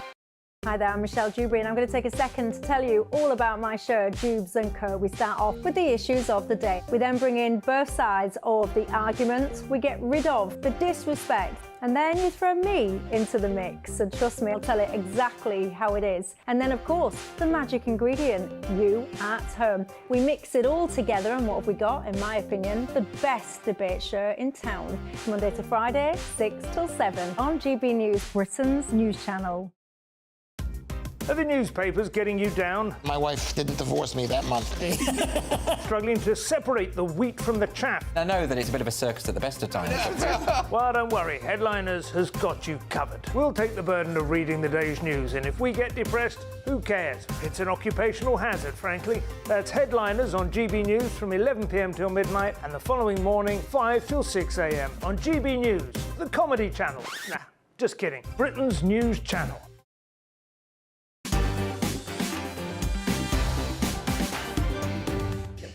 I'll get to your feedback very shortly, but it's time for the big story, and a cracking story on the GB News website today by our brilliant producer, Keith Bayes, in an article entitled, "Is Starmer Too Old to be Prime Minister?" In the piece, the very well-connected Bayes argues that the Tories were hinting at Starmer's age when they claimed last week that the Labour leader does not have the stamina to campaign, saying that he'd been resting at home. Sir Keir Starmer brushed off these claims on Monday, calling them desperate. But at the age of 44, does Rishi Sunak's relative youth give him a political advantage? Or could Sir Keir Starmer argue that his 61 years on the planet give him more experience and wisdom? Does age matter in politics? Let's get the views of the sprightly and ever-youthful political double act, Neil and Christine Hamilton. Now, Neil, let me start with you. Is age a help or a hindrance in politics? Well, I think age, unlike size, doesn't matter. And it's, look at all the mess that all these youngsters have made in the last 30 years. They've all been under 60 when they become Prime Minister, I think, apart from Gordon Brown, and they've all been absolutely useless. I mean, I think they're all living advertisements for raising the voting age to 70, actually, don't you? Well, there might be an argument in that. Christine, I suppose it's life experience versus energy and stamina. Which is more important for a Prime Minister? Well, they're both important, but I think to try and put anything between Starmer and Sunak's age is ridiculous. They're in the bracket where they're still... It's the luck of the draw, isn't it, whether you've still got the stamina at Starmer's age. 61, is he? Yeah. But it really doesn't matter at that age. It's when you look over the pond and you see the age of the potential age of the next American president that you do begin to wonder whether there ought to be an upper limit. But Trump's only 3 years older than me. Yeah, but you're not standing for president. No, well, but I could go back into politics, but you won't let me. Well, I think you could do it, Neil. Neil's still got lead in his pencil. I don't doubt that he could make a huge contribution to public life. But, Neil, we do associate age with gravitas. Are we right to do that? Of course. Well, the word Senate comes, of course, from senex, Latin word for wisdom. And so the older you are, the wiser you should become. You certainly have more experience, but I'm afraid experience doesn't necessarily also lead to wisdom. And that's the problem. You know, being useless is not related in any shape or form to age. Ultimately, we know in the case of somebody like Biden, he's a drivelling old fool. But nobody could question Donald Trump's stamina, as Stormy Daniels, I'm sure, could attest. But that's really not at issue, is it? What matters is whether you've got the right ideas and you've got the capacity to deliver on your programme. And in the case of Sunak and Starmer, what is there actually in practical terms to choose between them? You look at the difference between the two parties, the policy differences are about the width of a cigarette paper. So I don't think that age is really anything to do with it at all. Well, of course, Labour would argue that there's a big choice at the election between more chaos and confusion, and the Conservatives will argue that they'll battle to get taxes down. They would definitely stress that there is a big choice, but you're entitled to your view, Neil. Is the job of Prime Minister now better suited, though, to a younger man or woman, Christine, given the fact that the job is more rigorous than it was, let's say, in the 1950s and the 1960s. We have 24/7 media. They don't have any privacy, and they've got to work around the clock. Oh, I do think stamina is incredibly important, and you rightly draw the parallel with the 50s and 60s when life was just so unbelievably different in so many ways. But yes, I do think you need a hell of a lot of stamina. I mean, if you're Prime Minister, you really are on duty 365 days of the year, just about. And I'll tell you something that I find on age very annoying, is that if there was a woman standing to be president at the age that Donald Trump or Joe Biden was, that she would undoubtedly be regarded as past it, too old, etc. But men can seemingly go on for far longer than women, and it's regarded as acceptable. But yes, honestly, I don't know how even Rishi Sunak at 40 has the stamina to do it. He doesn't drink, does he? So. Oh, well, there you are. That's why he's so boring. He doesn't drink and he doesn't eat on one day a week. I mean, I do find that a bit bizarre, and I imagine quite a lot of voters find it bizarre. How do you identify with someone who doesn't eat for a day a week and doesn't drink? Well, listen, I'll tell you something. Apparently, it's his religion. He is a Hindu, and I think it's a cultural thing. But who knows? The bottom line is that he doesn't drink. I think that Keir Starmer enjoys a beer or two. I mean, can you give me your appraisal? Because you've been studying men very carefully for many years now, Christine. Does Sir Keir strike you as a fit 61-year-old? Yes, as far as I can tell. I mean, would you swap him for Neil? Good Lord, no. What an absurd question. Would that be an upgrade?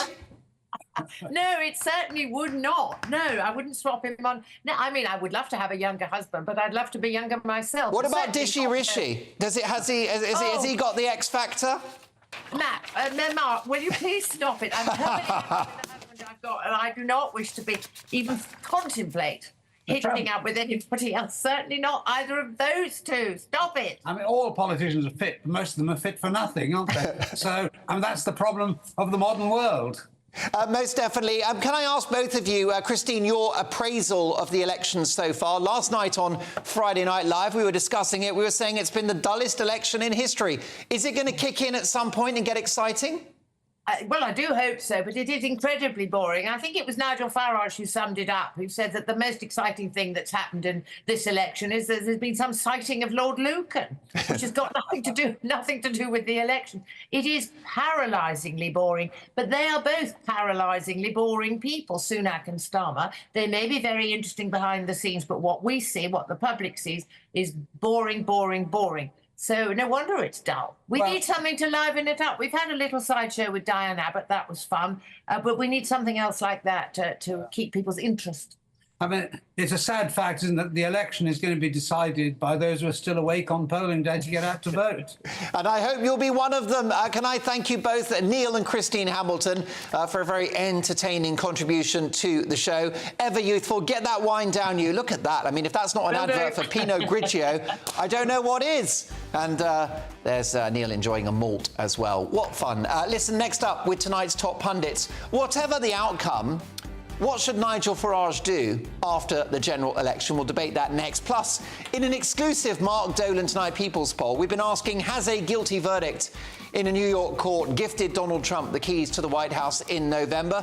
The results are in. We'll reveal all next. Plus, what does Nigel do next? See you in 2.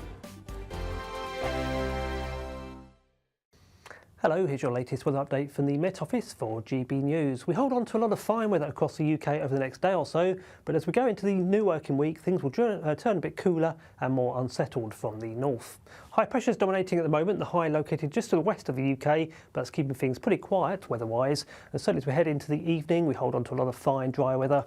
Cloud tending to melt away across England and Wales, so plenty of clear weather as we go into the early hours of Sunday.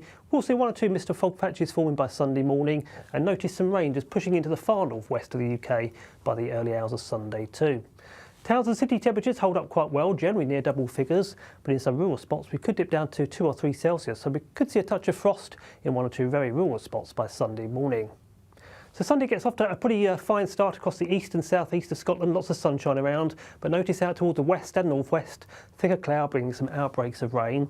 And that cloud of rain will also work its way in across parts of Northern Ireland, so some patchy rain here as we start Sunday. But for England and Wales, it's set fair, plenty of sunshine around, pretty much unbroken sunshine in places, just a legacy of some low cloud to clear from the far southeast first thing in the morning.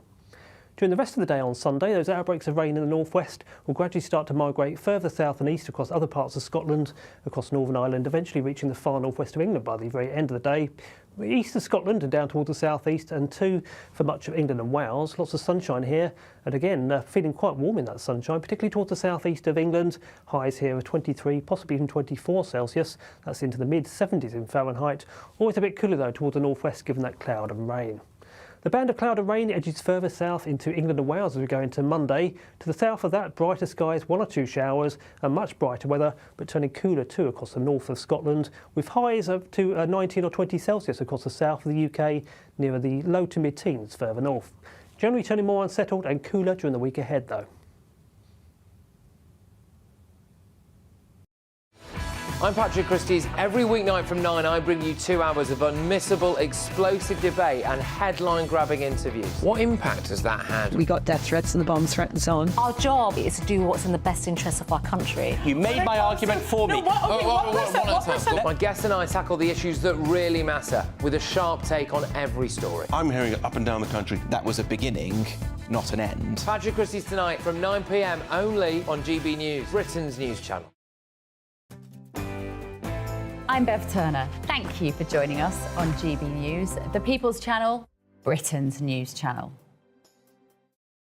If you want your news to be straight talking, this is a nightmare for the Conservatives again. Down to earth. It's not just Nottingham where this is happening, is it? And most importantly, honest. Hard-working, middle-class taxpayers, they'll get their book thrown at them. They catch me, Martin Daubney, Monday to Friday, 3 till 6 p.m. on GB News, Britain's news channel.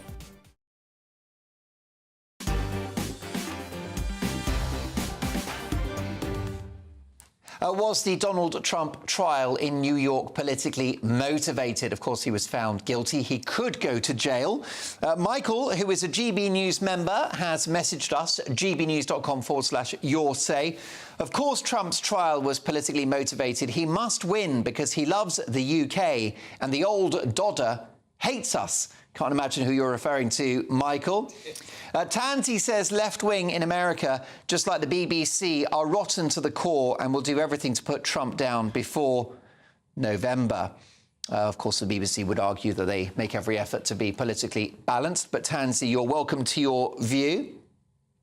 All this about Donald Trump, says Kay, in my opinion, proves that it's the far left which is the real danger. Woke-pushing gender ideology, all from the left.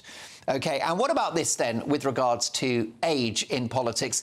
Some people take the view that the Tories have been mocking Keir Starmer for being 61 by saying he's too tired to campaign. Starmer has laughed it off and said it's desperate stuff. This from one of our viewers. Age has nothing to do with it. The Conservatives have lost the plot. The UK needed a good Conservative government, but this lot got carried away with the woke brigade and climate fanatics. Meanwhile, Clive says Starmer is as crooked as they come. Look at what he did when he was at the CPS. I guess he got enough backhanders. Clive, of course, has no evidence that Sir Keir Starmer was corrupt or in receipt of any backhanders. But again, this show is the home of diverse opinion. You are entitled to yours. So let me know your thoughts. gbnews.com/your say. OK, I'll be dealing with the wonderful Gary Lineker in my Take at 10. You won't want to miss it. But first up, the Times newspaper tomorrow exclusively report that Nigel Farage may be planning to sweep in and save the Conservative Party if they're obliterated at the election. So what does the future hold for Britain's most talked about politician? And whatever the outcome, what should Nigel Farage do after the general election? Continue to grow Reform UK or scrap it and save the Tories? Benedict Spence, I just wonder whether if they don't perform strongly on the 4th of July, Reform won't be long for this world on the 5th. I tend to think, actually, it's a very... I mean, make or break election is perhaps one way of putting it. They can't survive without Nigel Farage. But at the same time, I think it's a very interesting thing that they decided not to stand as a candidate, because they couldn't just be the Nigel Farage party. They need to be able to show to people whether or not they can survive on their own 2 feet. I don't think that they can, but they needed that opportunity to show everybody. I think you're right to be sceptical about their chances. How many seats might they get? I think there's a chance maybe Lee Anderson gets his seat in Nashville because he's not Labour or the Tories. But will Richard Tice get one? I'm not sure. Can Ben Habib get one? I'm not sure either of them really has the name recognition, the brand recognition to do that. So it's an interesting they don't have question. the cash or the infrastructure They either, don't. do they? They don't. And I have to be honest, they haven't given me the impression of a particularly well-organised campaign. They're not strategic. Like, you have to say, to a degree, the Liberal Democrats are actually quite good at focusing resources on seats where there is a degree of apathy or anger. What Reform have done is they've put their best people into those kind of seats, but they're not necessarily focusing absolutely everything that they have, given, as you say, they don't have the resources to stand nationwide. I don't feel that they're doing that particularly well. They've polled quite well up to now, fairly respectably, given that they're a new party. However, they are also an insurgent right-wing party. Given what's in front of them, given how badly the Tories are doing, they ought to be doing better at this stage if they have a chance of surviving. So what does the future hold for Nigel Farage? It's not going to be part of Reform. How badly will the Tories be damaged at the election? And even if they were in that sort of scorched earth territory, 60, 70, 80-odd seats, would they accept Nigel Farage? I'm not sure. And Diana Moran, you must be disappointed, because I think that you're quite attracted to the Reform UK offer. I was very attracted to it. 2 months ago, I was talking away about it like crazy, thinking that's where my vote's going to go. And now there's Nigel disappearing off the scene, which is, for me, very disappointing. It'll be interesting to see what he does do, if he does do, in America. But as you say, what the devil's he going to be doing after that? Well, what should he do, given that you're an admirer of him? Do you think that he should try to build Reform UK after the election as the main party of the right in this country? Or does he ditch that project and fix the Tories? Does he establish that brand once again in a reimagined way? Possibly that's what he should do. Try to help fix the Tories afterwards. Is he the man to do it? Is he the man to do it? Oh, that's the man who's going to do... Yes, if anybody's going to do it, he's going to do it. Wouldn't you agree? Yeah, No, I don't think he's going to... What should Nigel do after the election? We know him to be a colossal political force. Yeah, Nigel Farage is a disruptor. He's a maverick. He's not a party team player. So I don't think he's going to go to the Tories and do anything there. I think he is a great campaigner, even though I don't always agree with everything he says, but he is a very shrewd... He's got a lot of political knowledge, and I think he's got enough political knowledge to know to stay out of somewhere like the Conservative Party.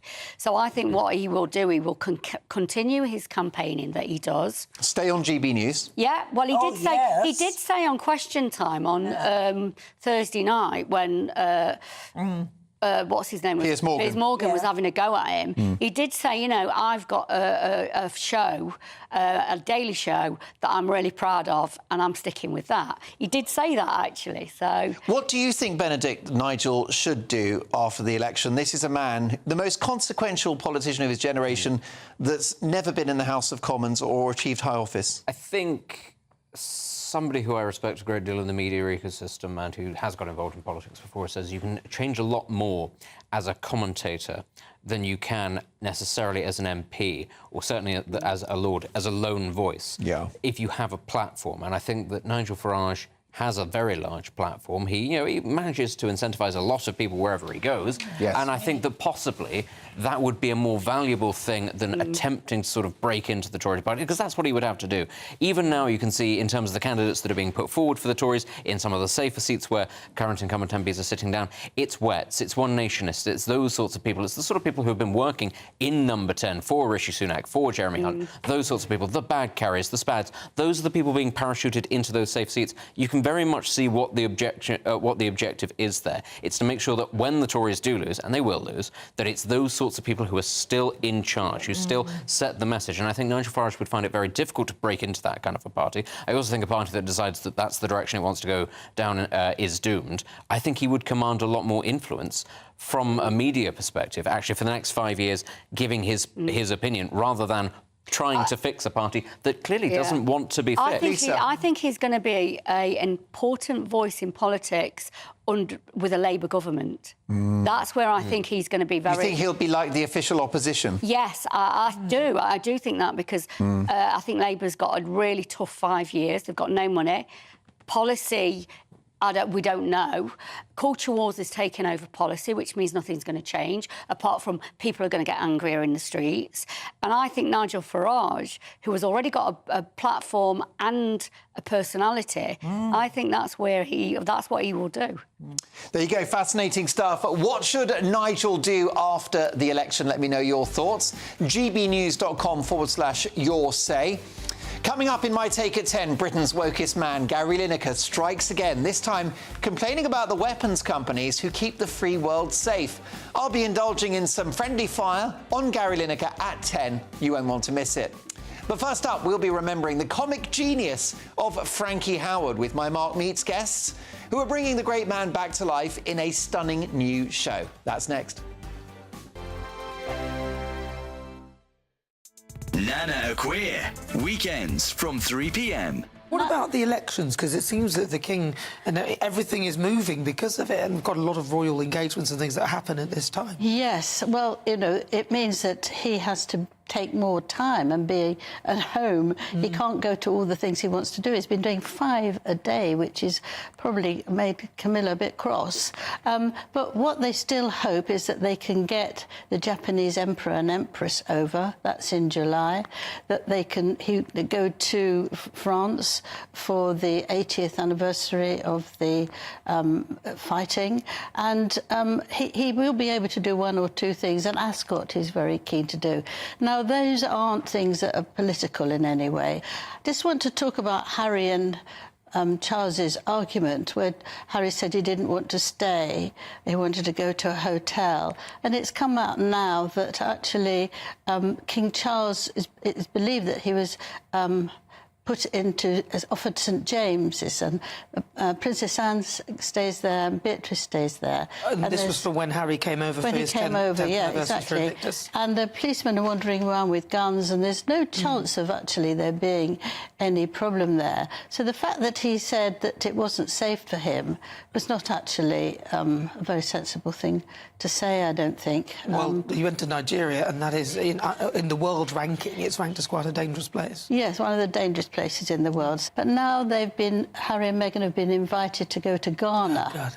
Well, it's interesting because my parents are from Ghana. I have Ghanaian heritage, and I'm thinking she'll probably then claim there's a percentage that she's Ghanaian as well. I'll be like, hang on a minute, you were Maltese, you're also Nigerian, and now German, you're going to say you're Ghanaian and German. Yeah. Come on. Thank you very much. Squeeze it in. Yeah, let's get them all in. Angela Levin, thank you very much. Thank you. The People's Channel. GB News is the home of free speech. We were created to champion it, and we deliver it day in, day out. Free speech allows us all to explore and debate openly the issues most important to us, our families, and of course, the British people. Having challenging conversations to enlighten each other. Which is why we hear all sides of the argument.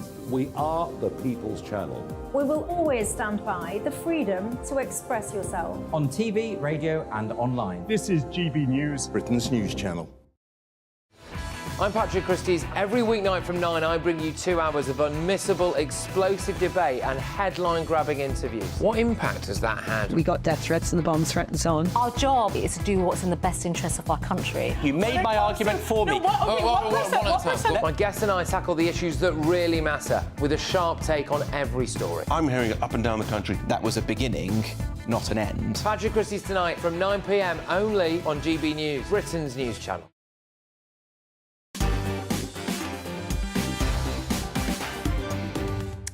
OK, folks, lots to get through. Don't forget, at 10 o'clock, My Take at 10, Gary Lineker in hot water. Find out in just a few minutes. But first, this.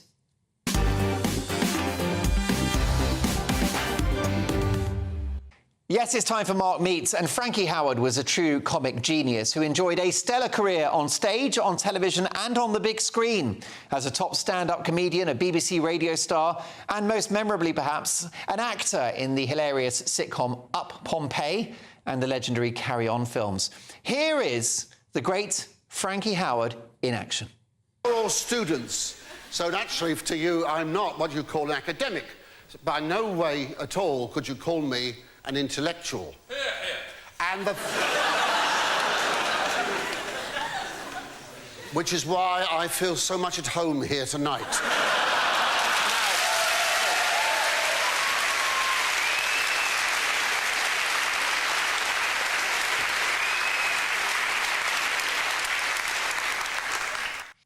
Absolute genius. Well, Frankie Howard is to be brought back to life in a brand new show, which is enjoying 5-star reviews. It's called Howard's End, and it celebrates his extraordinary life and career. Simon Cartwright plays Frankie, and Mark Farrelly plays his former lover and manager, Dennis Hamer, who also wrote the show. Listen, folks, I'm so excited to have you here. Mark and Simon, welcome to Mark Dolan tonight. Frankie Howard was in showbiz for over 5 decades, Simon. How did he get started? Was he destined to be on the stage? It was all an accident, and he was a very disappointed man, because Frankie actually wanted to be an actor. That was always his ambition. A serious actor. I was going to say straight actor, possibly not the best term. But anyway, he had aspirations for Shakespeare, and he failed abysmally an audition at RADA. And which is a top acting school, of course. Absolutely. Right. And they just said to him, there is no way you're going to ever act. You know, it's all over. And Frankie tells this wonderful story of going home and just kind of weeping in a bath and going, what am I going to do? I have to be in front of people somehow. And he realised that comedy was the route. He could make people laugh, but he couldn't necessarily hold court as an actor. And he was a hilarious stand-up comedian. People forget that, because I think a lot of my viewers and listeners will remember the film roles and the TV shows, but he was a top stand-up, quite edgy. He wasn't a safe comic, was he? He was a maverick. He was original for his time. I mean, Mark and I often talk about the extraordinary thing about Frankie is his whole act was an apology.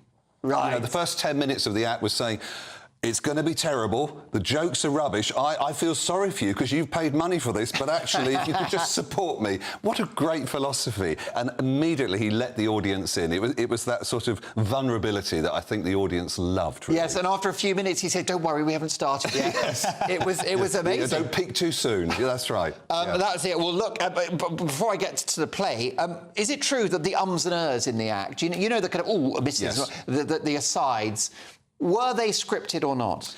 So here's the thing. Frankie would use those as a kind of a prop, because he would forget his words. So by putting, yes, so I, anyway, yes, no, well, no, I'm glad you asked. That gives him 15 seconds to try and remember where he is. But he used to play games with the writers. So he'd say to Barry Cry, well, you haven't written in these oohs and ahs. Where are they? But if they wrote them in, he'd say, don't write them in. I do that. So he was always messing, you know, with writers as well as the public. A real wind-up merchant. Totally. Mark, congratulations on writing the play. It's got rave reviews, including the aforementioned Barry Cryer, who said, I knew Dennis, who was Frankie's partner, and I wrote for Frankie, this play is brilliant. That's high praise from a man who knew Frankie Howard well. Why did you decide to put pen to paper and tell this story? Because I really love Frankie Howard, which I think a lot of people still do. But then, as I dug into his life, I discovered there was so much more to it. And he had this partner, Dennis, Who was what, his chauffeur, his manager and his lover? Well, yes, he met Dennis in 1958 at the Dorchester. Dennis was a wine waiter, served him a cocktail, and they struck up a relationship. But, of course, they had to keep it completely secret for, well, pretty much the whole 34-year span of it. And I got very interested in what was going on within all of that and what the cost would be if you were Frankie Howard's partner to have to disavow not only your relationship, but pretty much your whole existence. Indeed. And did that torture Frankie Howard, not being able to be out with his relationship and be gay? Well, I think Frankie Howard didn't want to be gay. Right. So he was tortured at a very profound level. Dennis was 12 years younger. He was kind of a different generation. He was much more at ease with himself. He was more comfortable in his own skin. And somehow they had this bizarre and wonderful opposites attract relationship.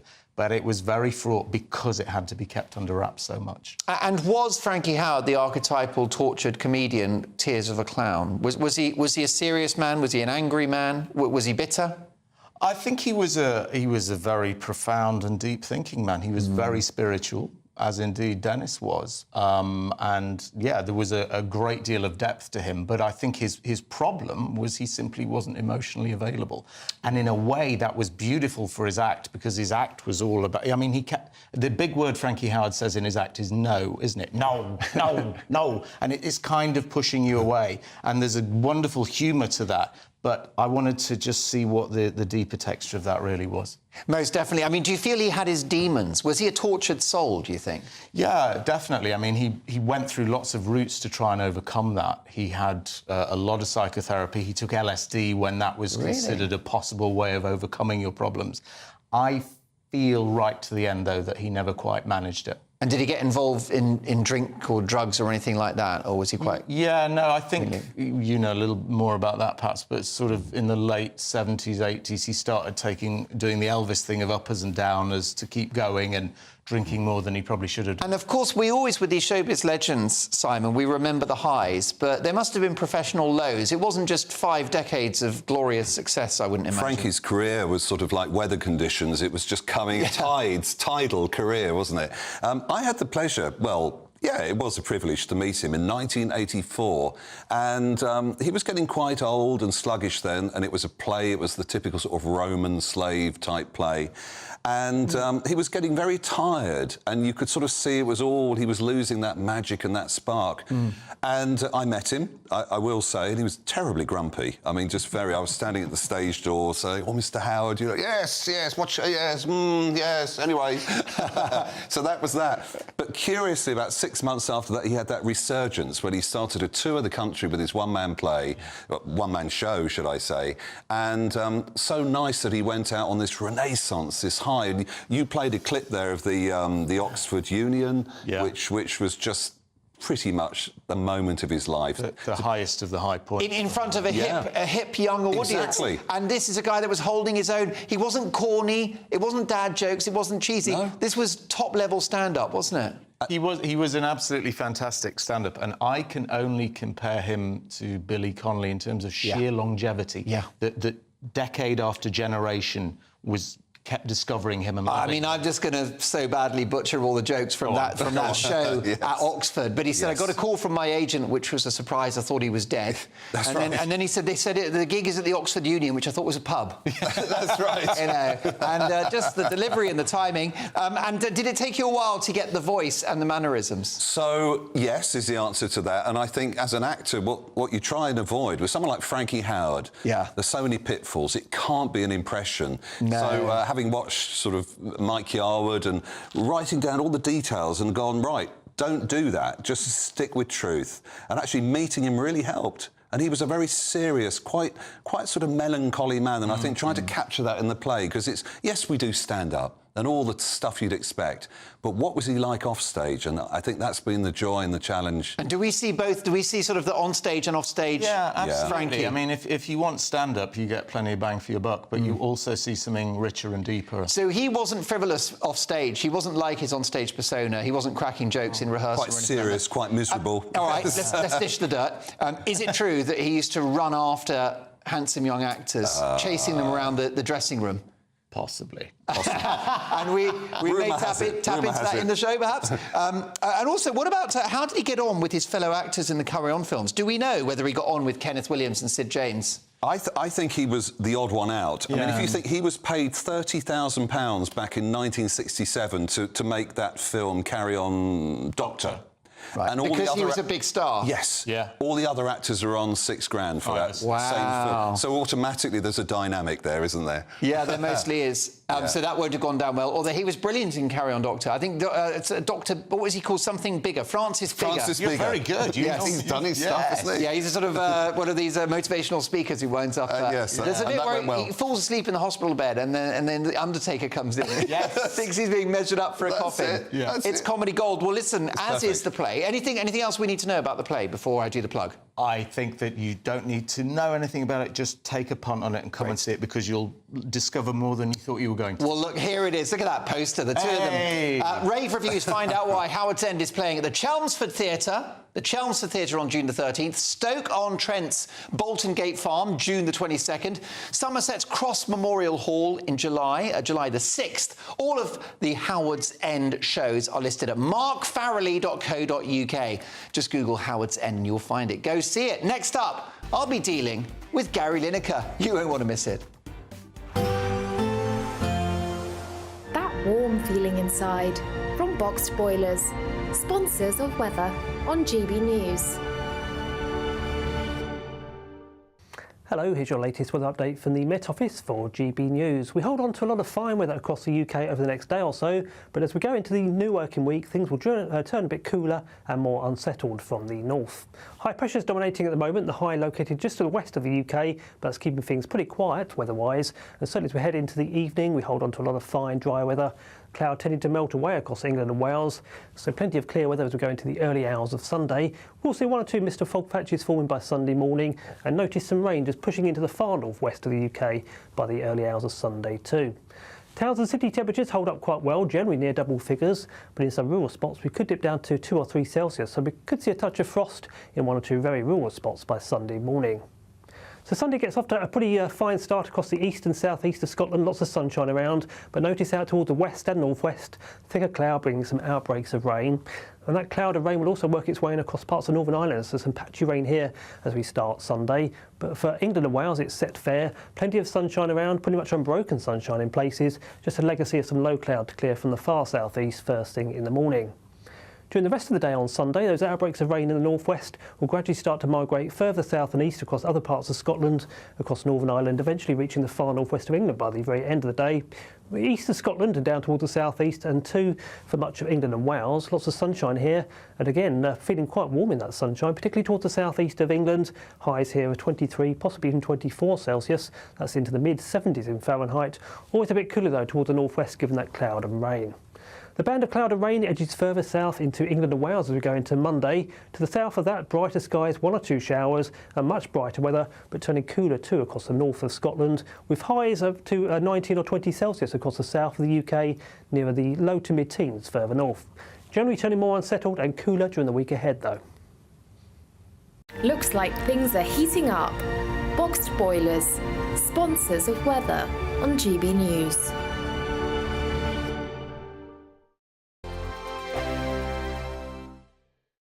We've got summer sewn up with an incredible trio of treats, and you could win them. First, there's a fabulous £15,000 in tax-free cash to ensure this summer is special. What would you spend that on? Next, you'll also receive the latest iPhone 15 and a set of Apple AirPods. And finally, £500 to spend at your favourite UK attraction. Fun in the sun could be on us. For a chance to win the iPhone, treats and £15,000 cash, text prize to 63232. Text costs £2 plus 1 standard network rate message, or post your name and number to GB06 PO Box 8690 Derby DE1 9TT. UK only. Entrance must be 18 or over. Lines close at 5 p.m. on the 28th of June. Full terms and privacy notice at gbnews.com/win. Please check the closing time if listening or watching on demand. Good luck. GB News is Britain's election channel. And when the big stories break, we're tackling them on Britain's newsroom. When we disagree, and we disagree a lot, it's even livelier than normal. We don't disagree that much. We do. His comedy, though, is revolting. I knew her, unlike you. That explains Beverly Turner's temperament. It's a bit frosty in here, isn't it? He'll have one of me one day. For dartball practice. Britain's newsroom on GB News. Weekdays, 9:30 a.m. GB News, the People's Channel, Britain's news channel. This is GB News and we are Britain's election channel. This vote may seem to be about the politicians in the media, but actually it's about you. And we won't forget that. Join us up and down the country as we follow every moment together. More than ever, it's important to hear all sides as you make your decision ahead of polling day. We're here for you. This is GB News, the People's Channel, Britain's election channel.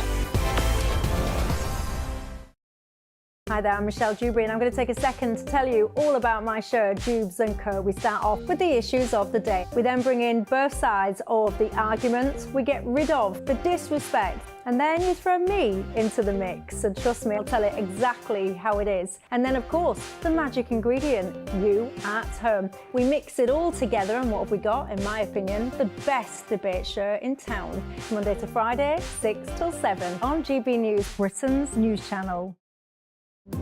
GB News is the home of free speech. We were created to champion it, and we deliver it day in, day out. Free speech allows us all to explore and debate openly the issues most important to us, our families, and of course, the British people. Having challenging conversations to enlighten each other. Which is why we hear all sides of the argument. We are the People's Channel. We will always stand by the freedom to express yourself. On TV, radio and online. This is GB News, Britain's news channel.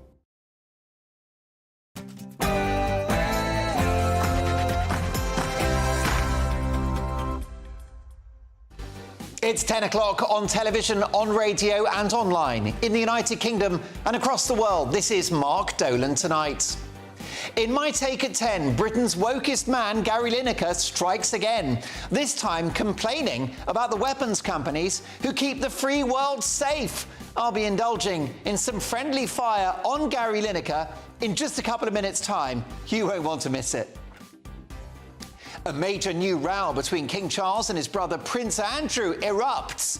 Plus, could Princess Catherine be making an appearance at the King's birthday celebrations in 2 weeks' time? We'll get the latest from the Queen of US Royal Reporting, Kinsey Schofield, live from the States. Plus, tomorrow's newspaper front pages, a packed show, lots to get through. I'll be dealing with Gary Lineker in no uncertain terms, straight after the headlines, and Sam Francis.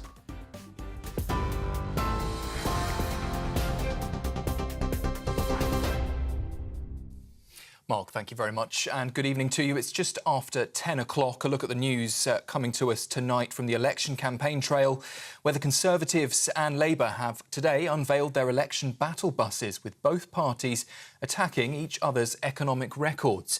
The Prime Minister says his opponents will run out of money, while the Labour leader Sir Keir Starmer says the country's crying out for change.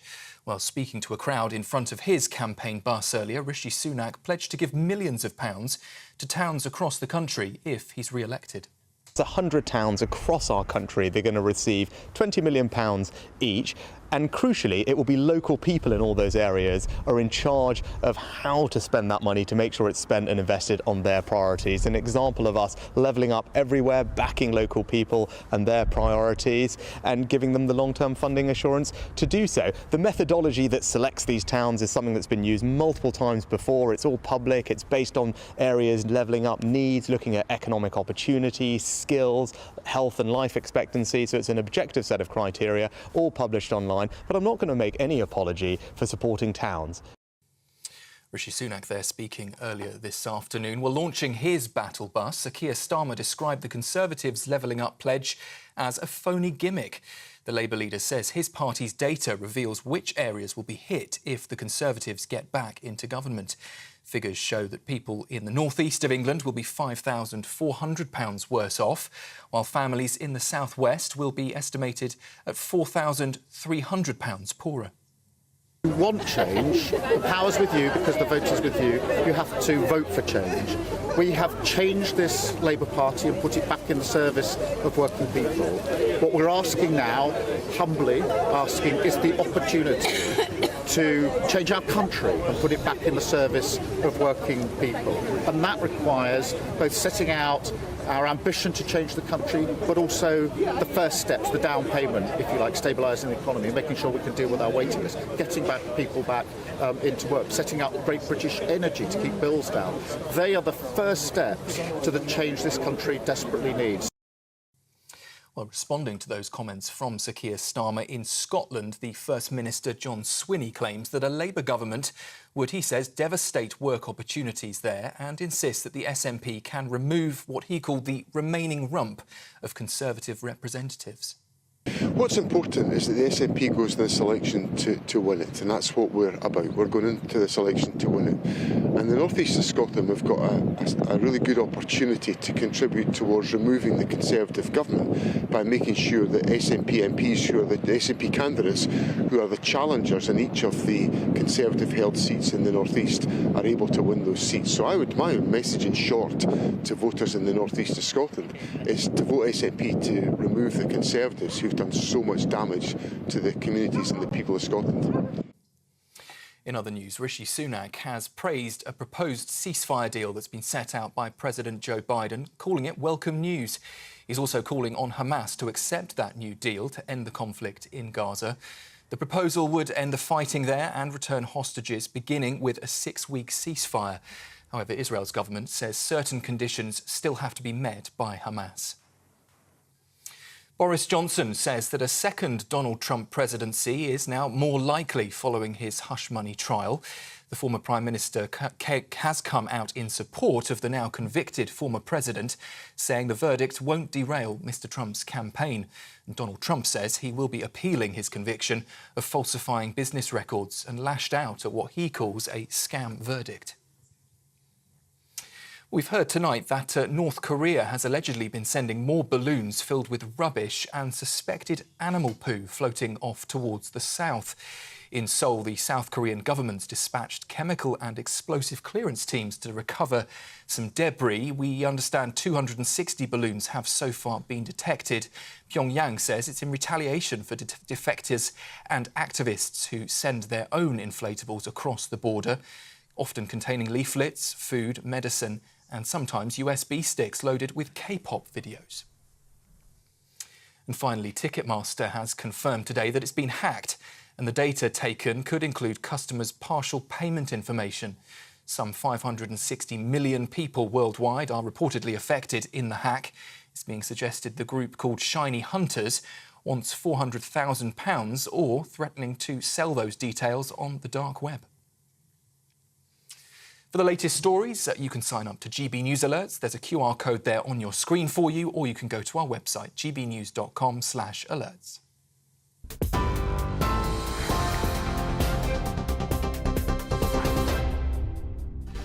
Thank you, Sam. Welcome to Mark Dolan Tonight. A major new row between King Charles and his brother Prince Andrew has erupted. Also, could Princess Catherine be making an appearance at the King's birthday celebrations in 2 weeks' time? We'll get the latest from the Queen of US Royal Reporting, Kinsey Schofield. Plus, in the last word, all of the election latest with our top Fleet Street insider, including a possible pensioner betrayal by Labour and Sunak with a case to answer for buying votes. All of that to come, plus live reaction in the studio from tonight's top pundits. Lots to get through. This evening, Benedict Spence, Diana Moran and Dr. Lisa Mackenzie. So, a packed hour. Those papers are coming, but first, my take at 10.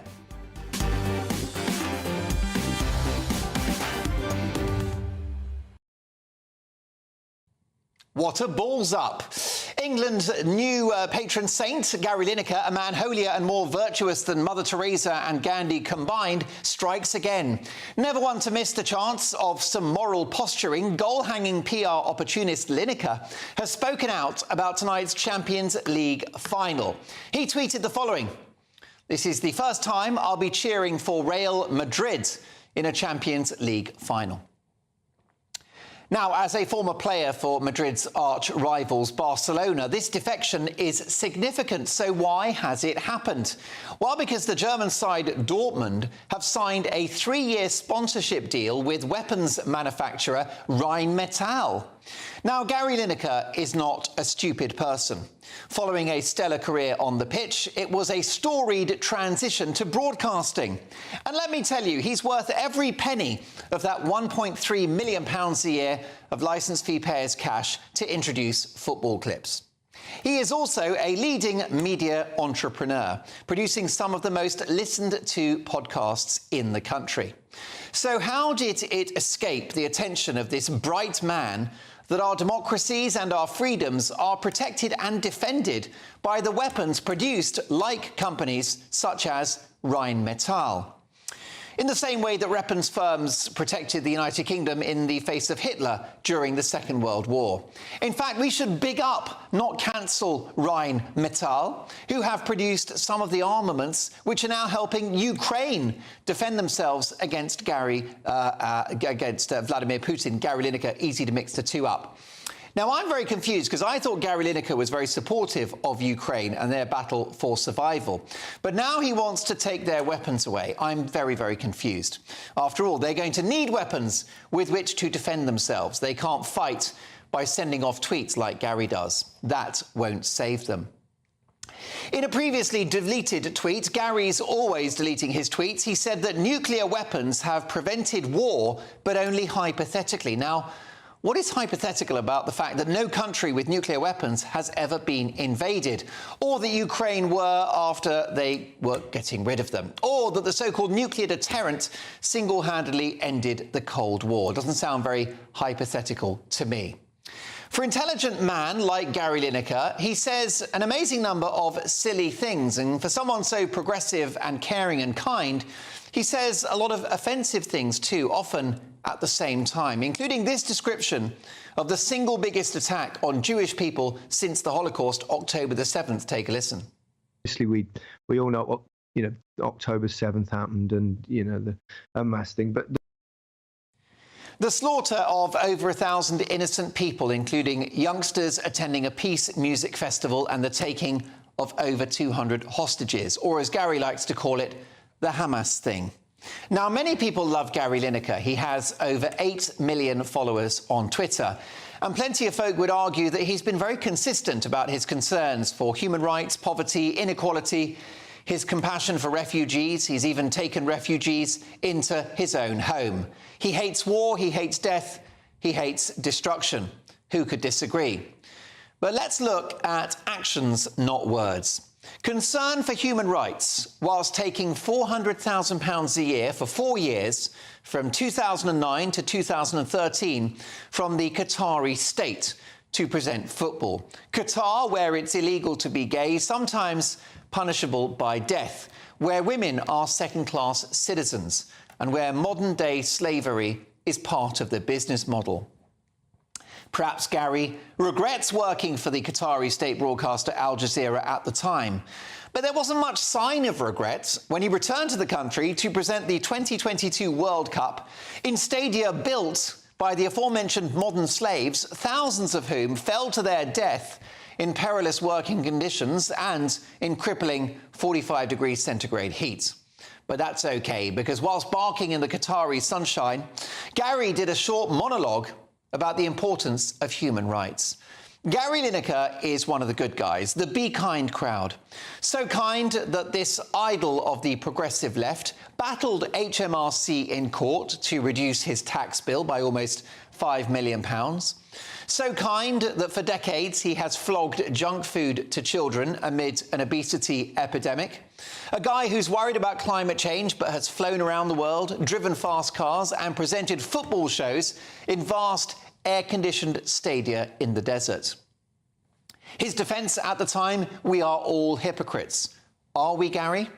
With his bizarre boycott of an arms manufacturer whose products help protect democratic nations against tyrannical regimes, this latest Lineker rant about war is weapons-grade nonsense. Sorry, Gary, but you're firing blanks.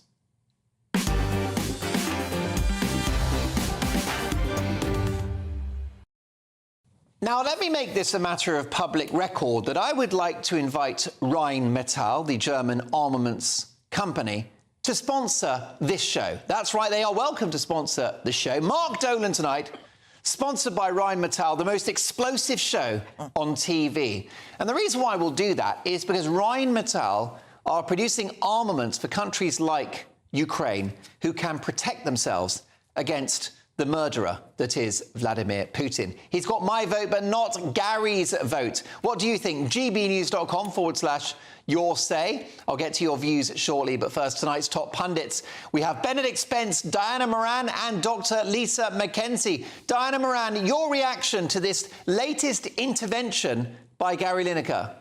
I'm absolutely appalled by it. He hasn't done his homework, has he? He's so busy making so much money, selling so many crisps, making so many children waddling fat. I'm appalled, and that he should be interfering with the companies that are making the equipment that are protecting so many of us in other countries. It's so wrong. Stick with football pundit, Gary, and be careful. There you go, damning words from a legendary broadcaster in her own right, Diana Moran, who was on the BBC for many years. Benedict Spence, Gary Lineker simply wants an end to the suffering. He wants to see the war in Gaza come to an end so that women and children stop dying and being blown up. He wants these weapons to stop because what they lead to is human destruction. What's the problem? I mean, it's an incredibly easy stance to take, isn't it? It's just sort of sit there and go, oh, isn't war bad? There should be less of it, if not none of it. Let's all wring our hands and sing Kumbaya. I mean, that may be, but actually, you know, wars do start, and in the case of the Russo-Ukrainian war, it was started by Russia.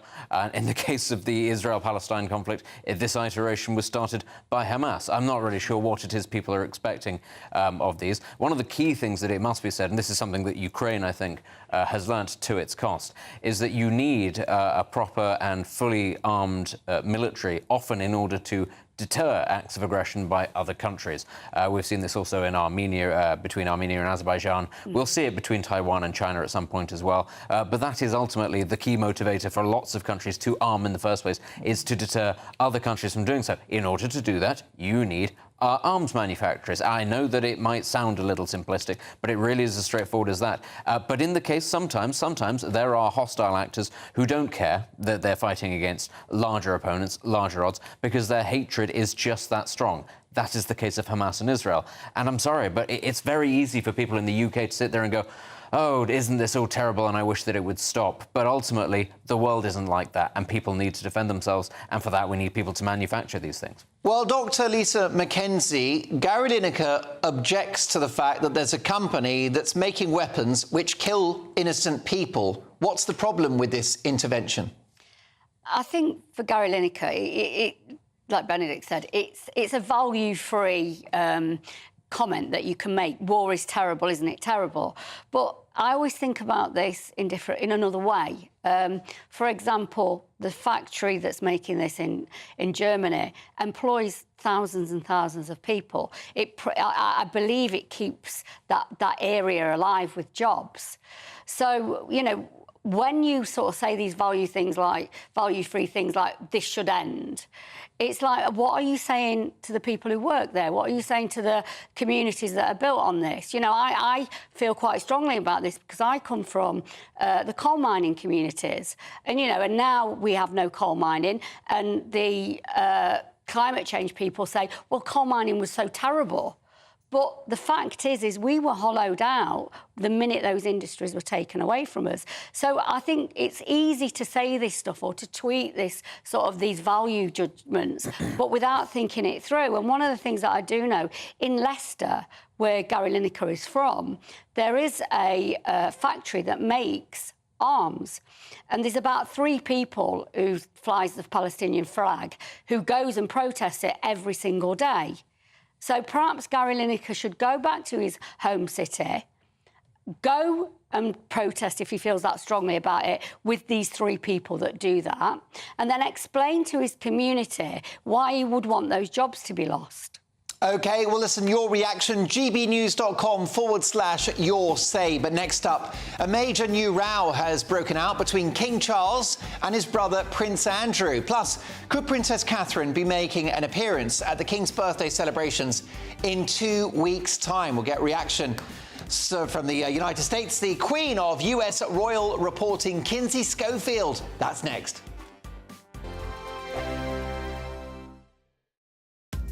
Are the newspapers getting you down? My wife didn't divorce me that month. Struggling to separate the wheat from the chaff? I know that it's a bit of a circus at the best of times. Well, don't worry. Headliners has got you covered. We'll take the burden of reading the day's news, and if we get depressed, who cares? It's an occupational hazard, frankly. That's Headliners on GB News from 11 p.m. till midnight, and the following morning, 5 till 6 a.m. on GB News, the comedy channel. Nah, just kidding. Britain's news channel. Headliners. Tomorrow's papers tonight, every night from 11 p.m. The Washington Post estimates that $50 billion was pledged by giant corporate donors over the last few years. Mega funders like George Soros, who dropped $220 million into fancy non-profits, and a lot of ordinary people sent in small donations. So where did all this money go? I mean, small organisations were raising insane amounts of money just through QR codes, sticking them up on posters and on the internet, on social media, and getting huge amounts of money. Where did it go? Well, we can see that quite a lot of it got spent on fun stuff for the organisers. So, I mean, Patrice Cullors, the founder of Black Lives Matter, we know that she bought, or Black Lives Matter on her behalf bought this luxury villa. And she's like, oh, we're going to use it for community workshops or whatever. Yeah, that, and living in, and also her brother's business got paid, nearly $1 million.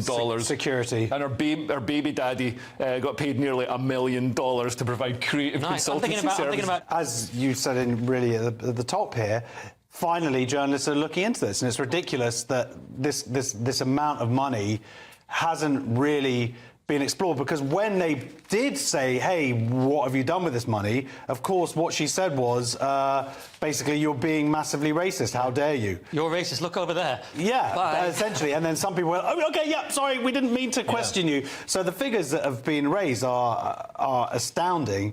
And yeah, as some of the stuff is just mental, and multi-million-pound homes, dollar homes. But it's good, so the money got spent on having fun instead of, it would have just been annoying community projects to create more racism. Yeah.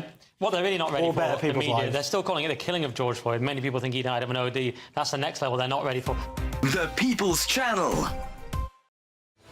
I'm Patrick Christie's. Every weeknight from 9, I bring you 2 hours of unmissable, explosive debate and headline-grabbing interviews. What impact has that had? We got death threats and the bomb threat and so on. Our job is to do what's in the best interest of our country. You made my argument for me. My guests and I tackle the issues that really matter, with a sharp take on every story. I'm hearing it up and down the country. That was a beginning, not an end. Patrick Christie's tonight from 9 p.m. only on GB News, Britain's news channel.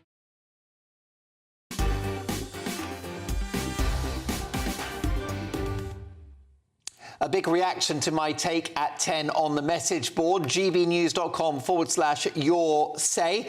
If you're just joining us, Gary Lineker has ranted on Twitter about the Champions League final. By the way, congratulations, Real Madrid. He's not happy with the sponsors of the Borussia Dortmund team, who are an arms manufacturer, so therefore he's supporting Madrid tonight. Well, Maggie says, Mark, it's OK for Lineker to complain about arms manufacturers. It won't be him and his ilk that will be called up to fight for this country if it comes to war, will it? What does Gary Lineker do with the millions he earns, says Alan. Perhaps he gives it all away. Perhaps, says Alan, with a splash of scepticism.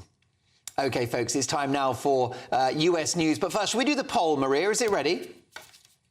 OK, we've been asking you all day, is Gary Lineker right to boycott Borussia Dortmund after they announced a sponsorship deal with an arms manufacturer? The results are in. 90.3% say no and 9.7% say yes.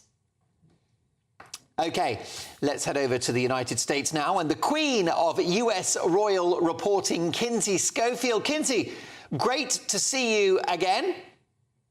OK, listen, folks, we've got lots of big, juicy royal stories.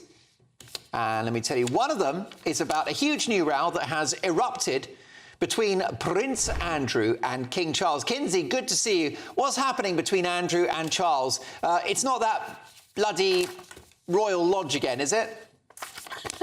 I mean, really, is there anything else? According to the Times, King Charles could threaten to sever ties with Prince Andrew if the non-working royal refuses to leave Royal Lodge to relocate to Frogmore Cottage.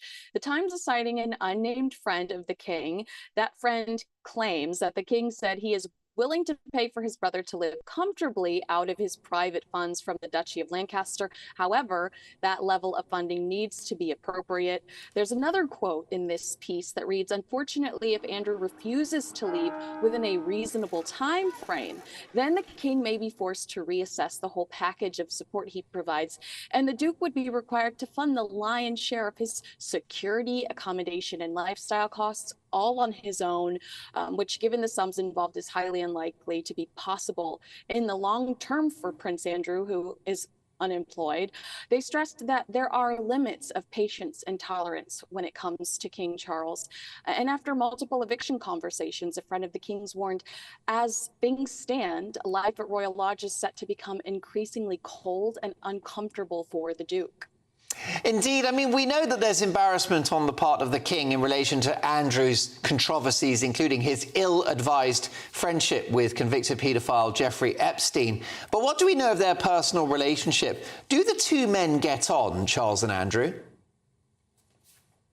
I mean, they didn't when they were younger men, but I think both of them softened in their old age, especially towards the end of their parents' lives.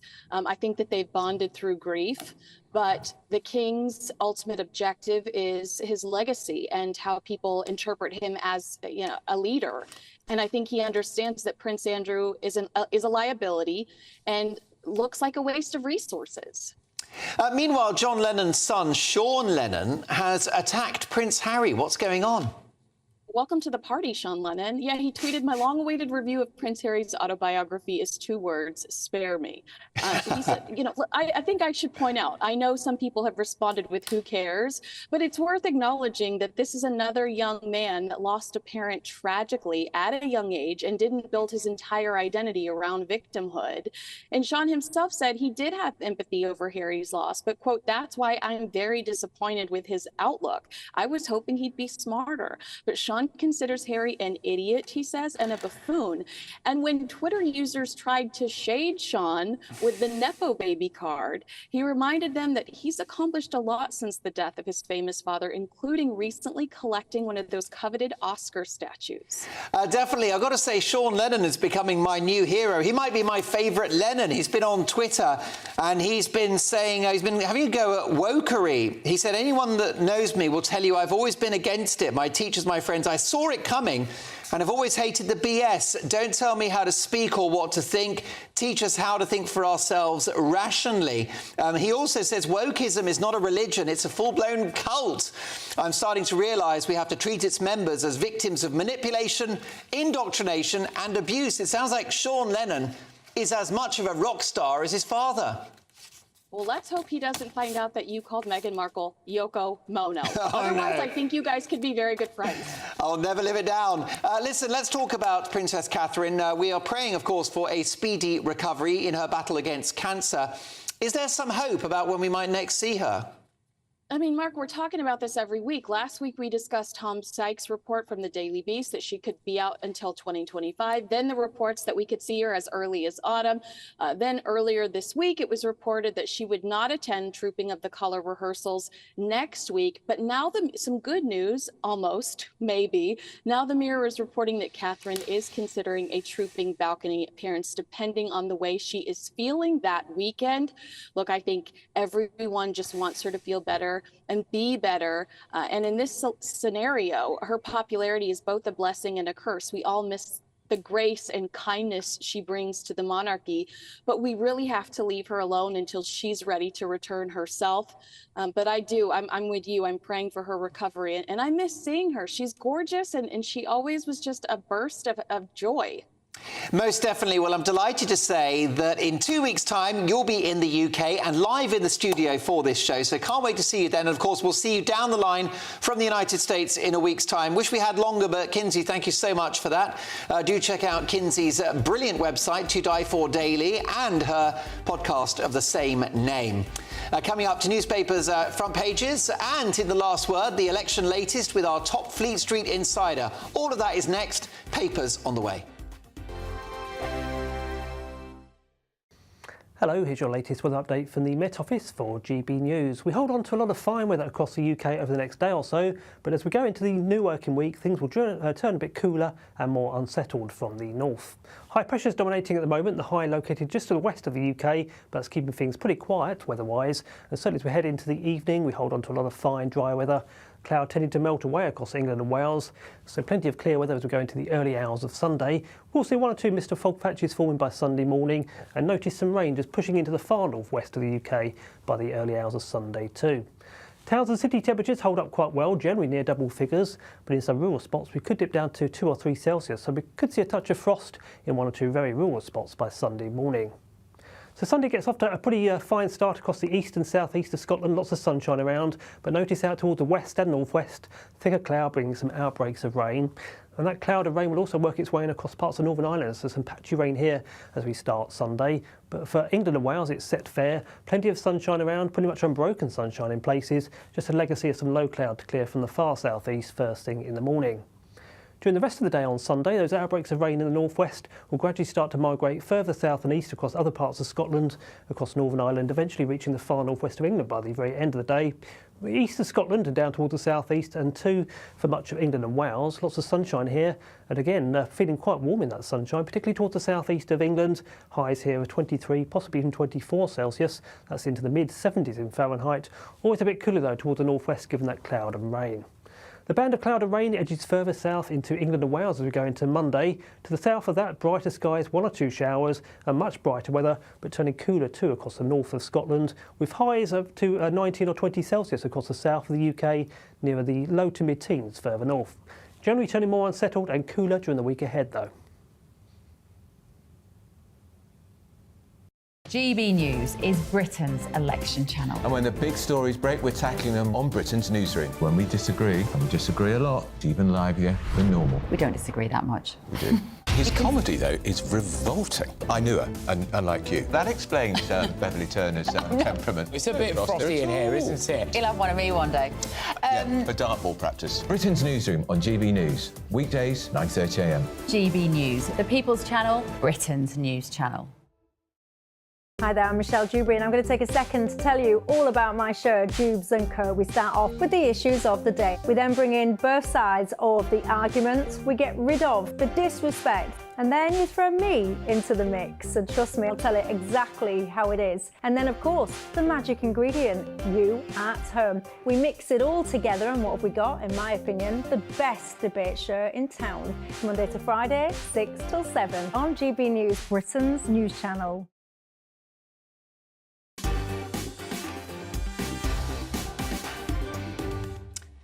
Welcome back to the show. Don't forget to join us for Mark Dolan tomorrow evening for The Big Opinion, The Take at 10 and much more. But listen, what about the emails? Let's have a look. Many people are not happy with Gary Lineker's comments. The guy is a complete hypocrite, although others are offering a degree of support. So it's a little bit of a mixed bag there in terms of Gary Lineker's comments about an arms manufacturer. More on that shortly, but first, tomorrow's front pages.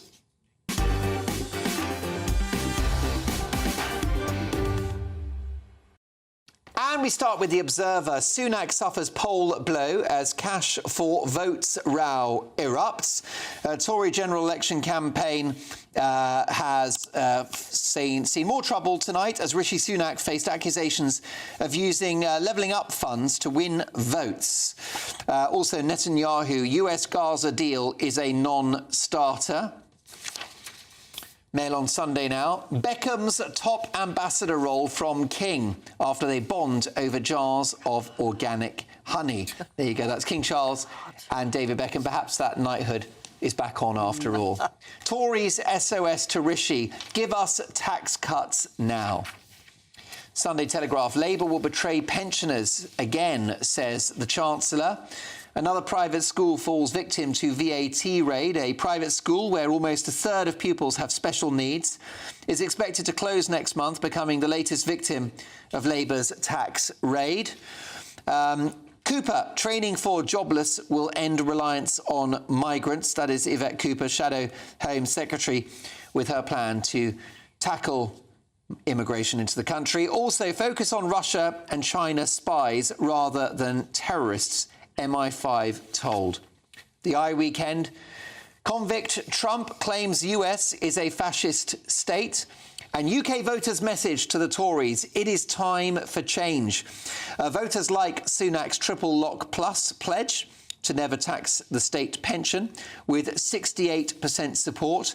But a majority still want a change of government. 56% of the public believe it's time for a change and a new approach in number 10.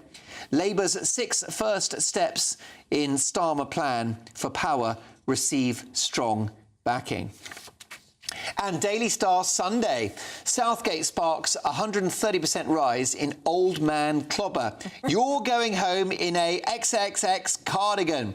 Waistcoat-wearing England boss Gareth Southgate has sparked a craze in grandpa fashion after appearing in a posh magazine wearing a cardigan before the Euros.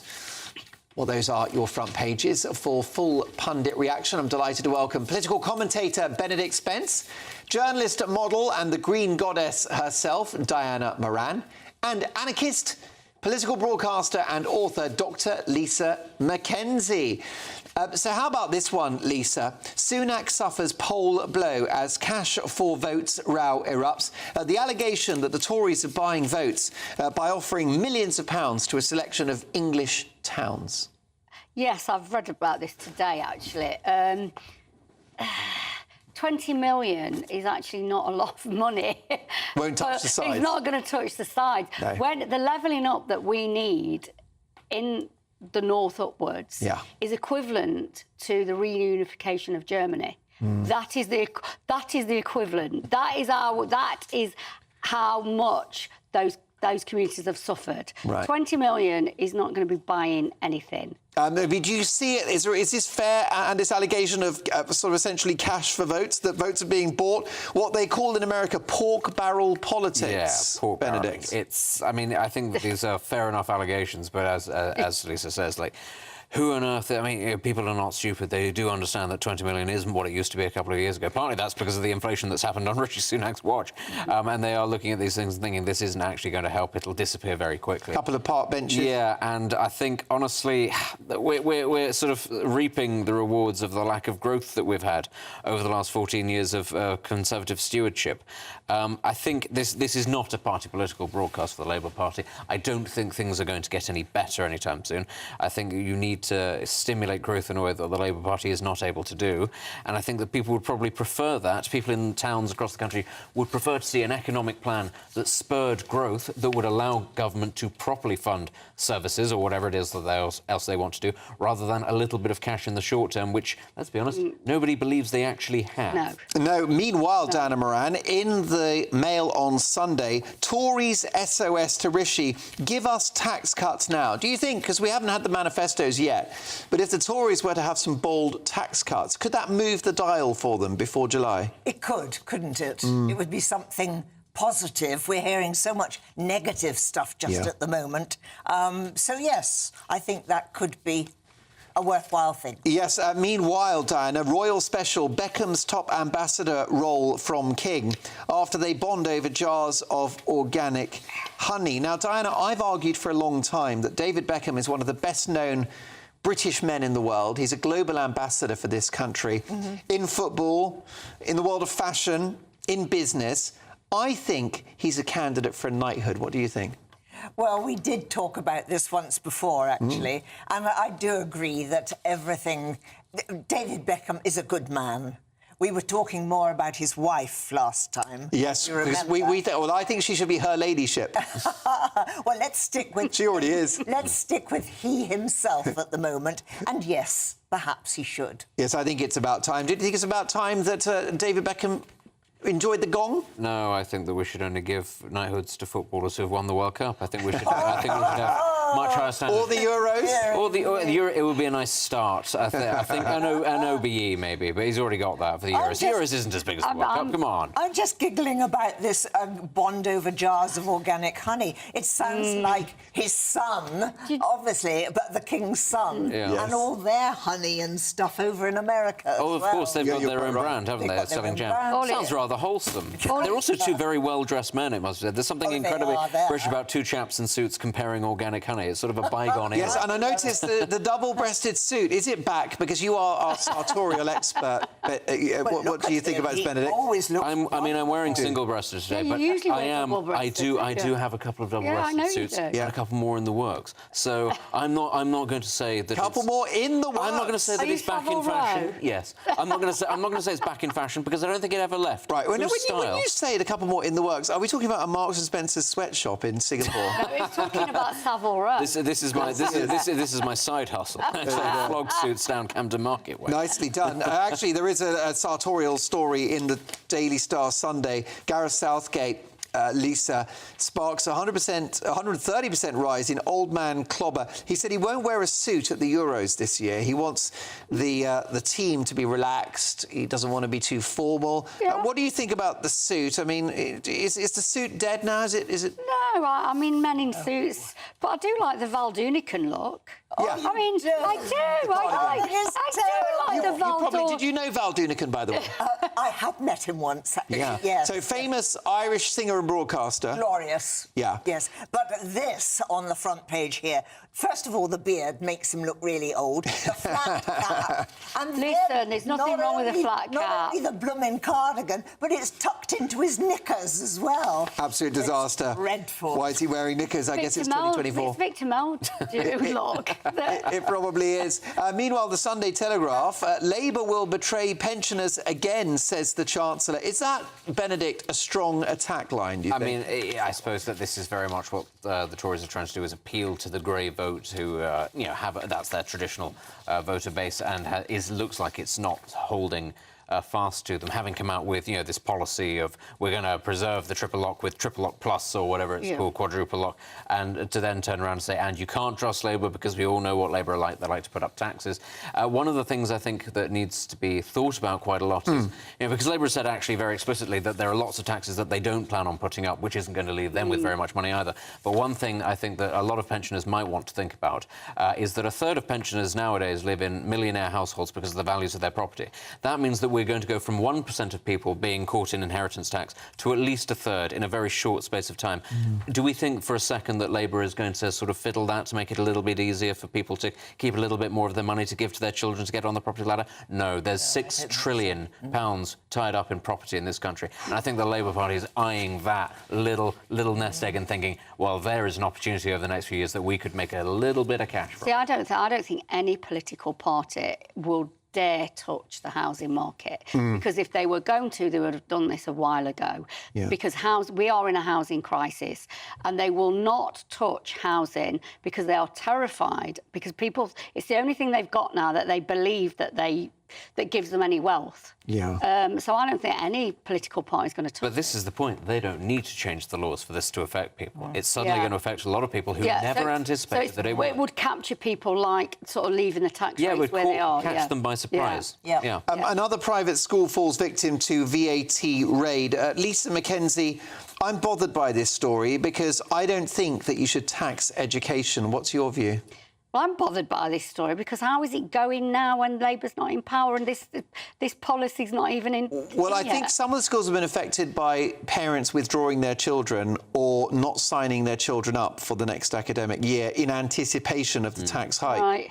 I mean, I'm all for this, to be honest. I mean, if I'm being honest, I think that we shouldn't have two-tier education. I believe in education that should be fair for everyone and available when you need it, whether you are 5 or whether you are 65.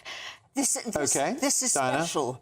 if you've read it properly, this is a special school in Norfolk for... how are we going to term it? Special needs children. I think a third of the pupils have special educational needs. So I'm worried by that. What do you think about this? I think it's a wicked policy. I don't think that you should punish institutions for educating British kids. Well, no other country in Europe has this policy. One country tried it, Greece, and it was such a disaster in terms of the number of people that ended up swamping the state system that they had to get rid of the tax on private schools because the system couldn't actually cope. I do sort of agree in principle about the idea of the lack of fairness when it comes to, having very good fee-paying schools and then state schools that aren't very good. But there is a solution to that, ultimately, and that is for the state to invest more in education, but also to recognise that education in itself, children are not a blank slate. Children go at different paces. You shouldn't have children who are, of a certain intellectual calibre mixed in with others who perhaps take a little bit longer to get to a certain space. We had a really great system in this country called the grammar school. How does pricing kids out of the private sector make state schools better? I mean, in many ways, it burdens state schools with a bunch of kids that would otherwise have been educated privately. They say that that's going to happen, but we all know that the middle class will not do that. What they will do is they will keep their kids in private schools by hook or by crook, because it's not about the education, it's about the social capital and the networks that they have when they're in there. Diana? I don't necessarily think that. I was at a grammar school, and I know many people who were at private schools. Many of the private schools had bursaries as well that included less fortunate children. Be careful with this one. I tend to think that for middle-class strivers, those sorts of children, it provides economic opportunities. What this is really about is the super-rich, who this will not affect at all, and those are not going to be punished by this at all. Now, Lisa, I hear absolutely what you're saying about a more equal society. I think it's sad that there is two-tier. And education is key to that. And I do hear what you're saying, but my concern and my prediction is that this is a car crash in slow motion. I think the policy is dead on arrival. I'm not sure it will ever happen should Labour win. But let's see. It's all about opinions, isn't it? Lots more to come, more front pages. Also, let me tell you that I've got a couple of scoops, including is it a betrayal of pensioners that Labour are planning? And is Rishi Sunak buying votes? We'll get reaction from tonight's Fleet Street Insider. That's next.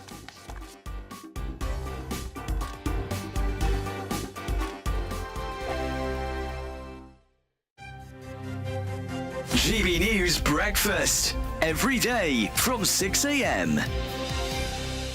The Princess of Wales has said she's excited by a new report on prioritising early childhood, a cause, as we know, that she's closely associated with. Yes, the task force findings claim that the UK could reap £45.5 billion in economic benefits if firms prioritise early childhood. Well, let's talk about this now with our royal correspondent, Cameron Walker. Good morning, Cameron. Good morning. I suppose it's characteristically Catherine, isn't it, to say she doesn't want to distract from this report by sort of people talking about her health. But we should start probably by saying she said she's not feeling well enough to come and talk about this in public, but sort of saying she's watching it, keeping a close eye from behind closed doors. Yeah, absolutely. This should not be seen as a return to work by the Princess of Wales, but I have been told she's A, read the report and B, been briefed on it. But this all stems really from her work when she started being a working member of the royal family, where she was working closely with people suffering from addiction, mental health problems. And what she found is all of these issues tend to stem from a poor start in life, so the first 5 years of a child's life.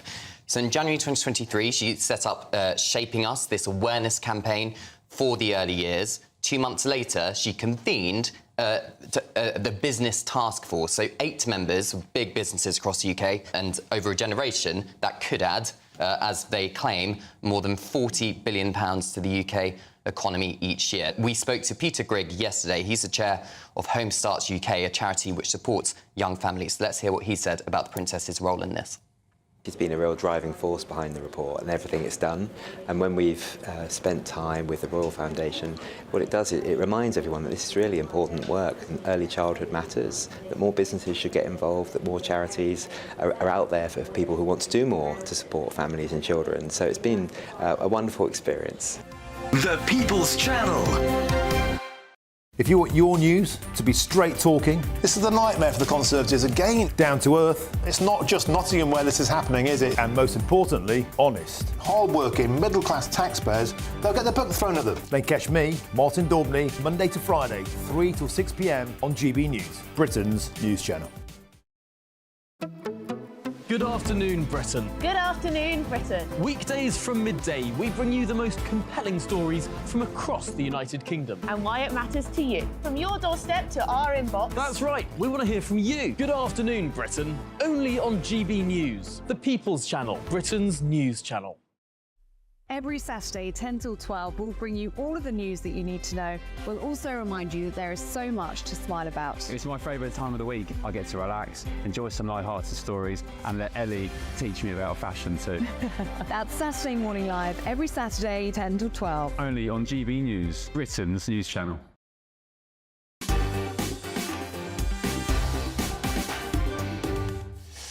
OK, more papers coming in thick and fast. Sunday Times. Labour offers MPs peerages to step down. Diane Abbott and others could go to the Lords as Keir Starmer seeks to reward allies with seats. Nigel Farage, my plan is to take over the Tories. Nigel Farage has said he wants to stage a takeover of the Conservative Party after the election, claiming that a resounding defeat for Rishi Sunak would create the chance to reshape the right, and hardliners threaten to topple Netanyahu over ceasefire deal. There you go. Well, many people don't like Benjamin Netanyahu, the Prime Minister of Israel, but he might go and he might be replaced by someone more extreme. Be careful what you wish for. Now, let's get reaction to all of tomorrow's front pages in the company of our top Fleet Street insider, former editor of the Sunday Mirror, political author and journalist, Paul Connew. Paul, lovely to see you. Can we talk first of all about this story in the Sunday Times? Labour offers MPs peerages to step down. What's going on? Well, it's an intriguing story, including, it would seem, according to the Sunday Times anyway, Diane Abbott. Well, that's a new twist on this week's sort of burning Diana Abbott story. I've got my doubts whether Diana Abbott would want to actually go into the Lords. So this one might not be a runner, even if the story is true. I think Diana Abbott is very determined to run for her Hackney North seat that she's held for 27 years. So I would love to be a fly on the wall when she reads the Sunday Times.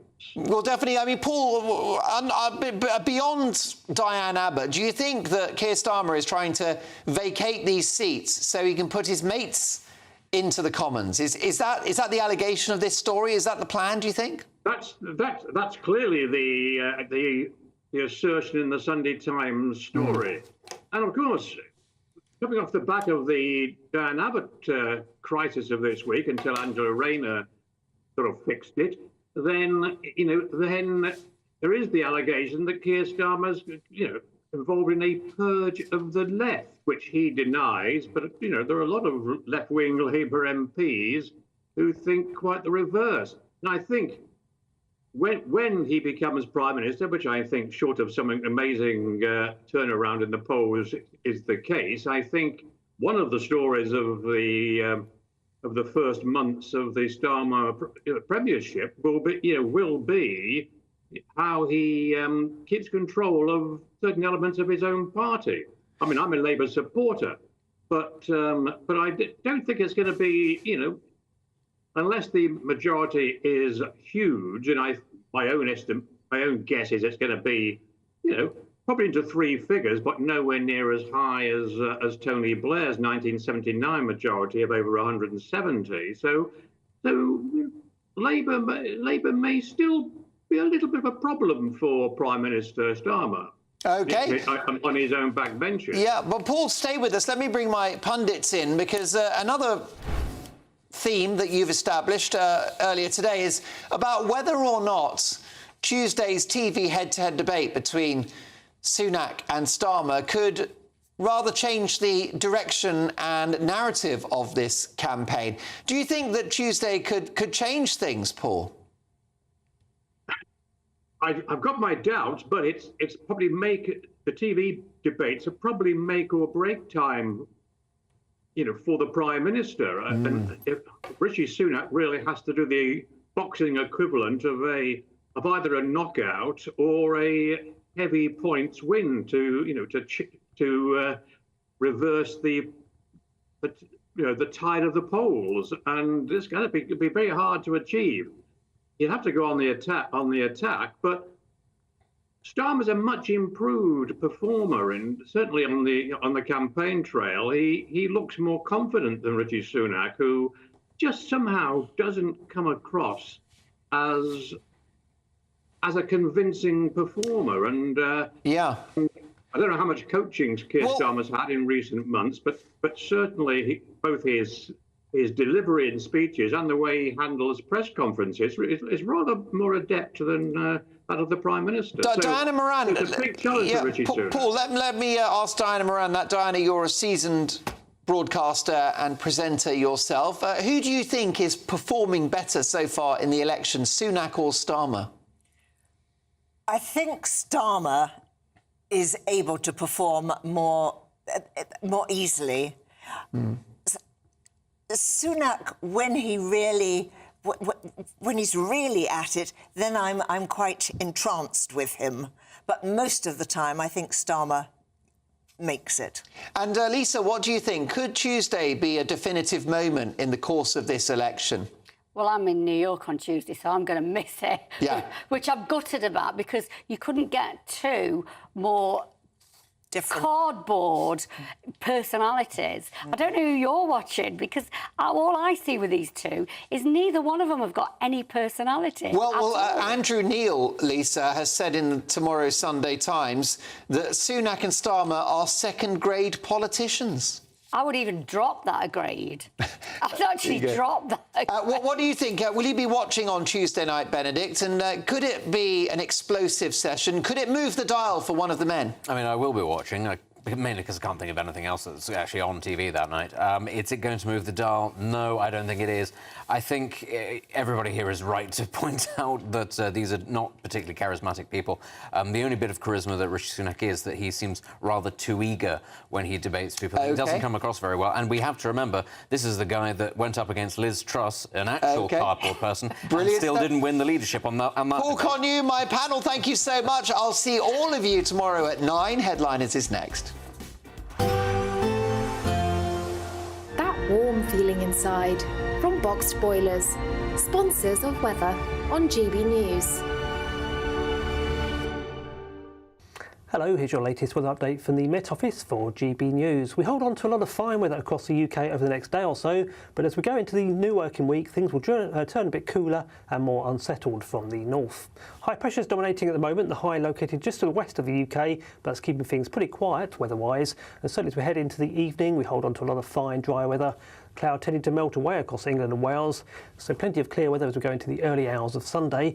We'll see one or two mist or fog patches forming by Sunday morning, and notice some rain just pushing into the far northwest of the UK by the early hours of Sunday too. Towns and city temperatures hold up quite well, generally near double figures, but in some rural spots we could dip down to 2 or 3 Celsius, so we could see a touch of frost in one or two very rural spots by Sunday morning. So Sunday gets off to a pretty fine start across the east and southeast of Scotland, lots of sunshine around, but notice out toward the west and northwest, thicker cloud bringing some outbreaks of rain. And that cloud of rain will also work its way in across parts of Northern Ireland, so some patchy rain here as we start Sunday. But for England and Wales, it's set fair, plenty of sunshine around, pretty much unbroken sunshine in places, just a legacy of some low cloud to clear from the far southeast first thing in the morning.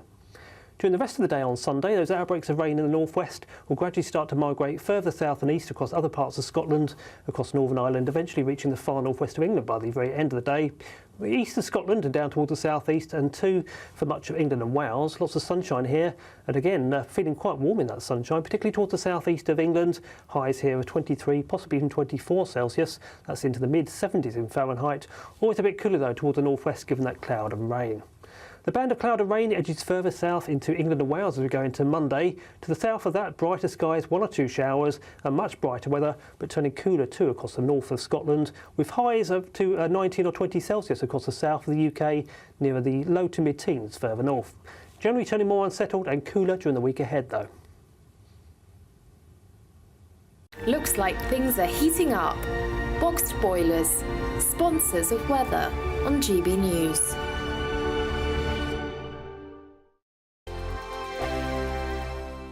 It's It's the Great British Summer Giveaway. And have we got a prize for you? There's a totally tax-free £15,000 in cash to make your summer spectacular. Spend that extra cash however you like. You'll also win a brand new iPhone, Apple AirPods, and if that wasn't enough, a £500 voucher to spend at your favourite UK attraction, so you can enjoy amazing days out this year.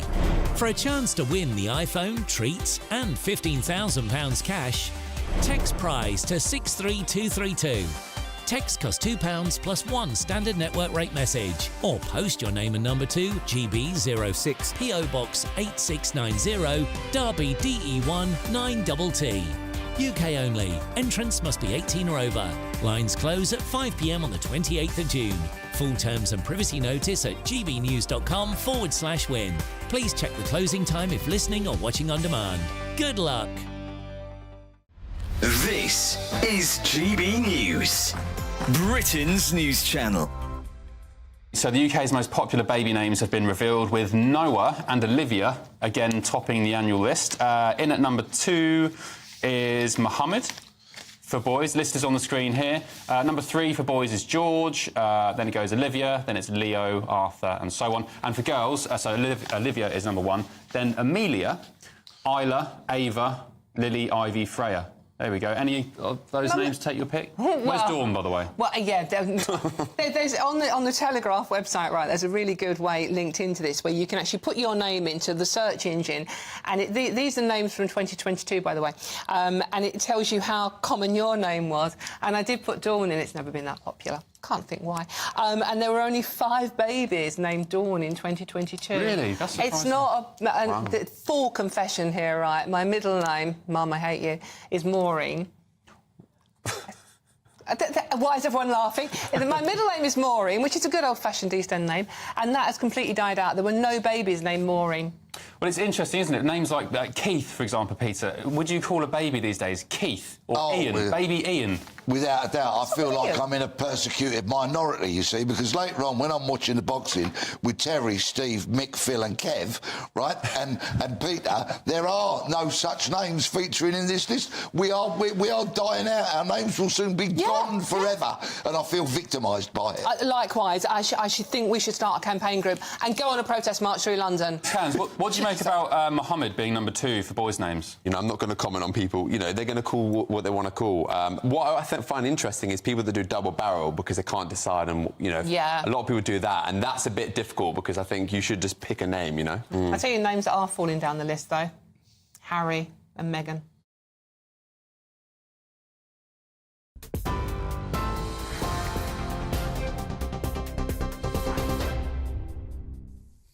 Very good evening to you. You're watching and listening to GB News with me, Sam Francis. A look at the headlines at 11. And we start with a roundup of today's election news as battle lines are being drawn in the fight for votes. Both the Conservatives and Labour launched their election battle buses earlier today.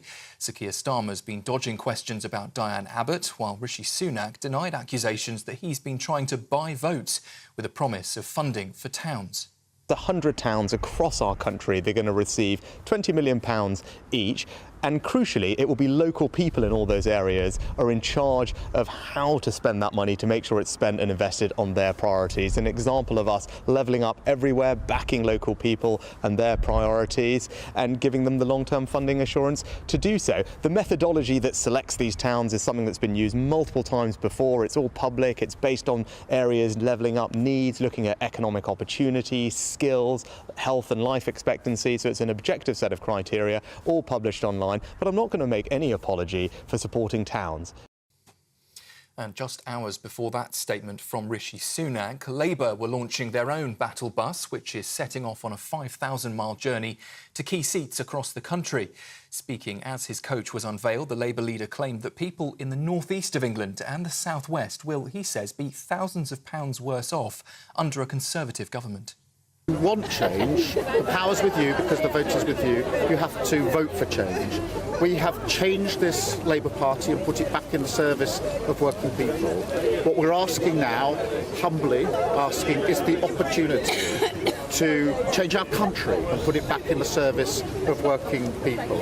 And that requires both setting out our ambition to change the country, but also the first steps, the down payment, if you like, stabilising the economy, making sure we can deal with our waiting list, getting people back into work, setting up Great British Energy to keep bills down.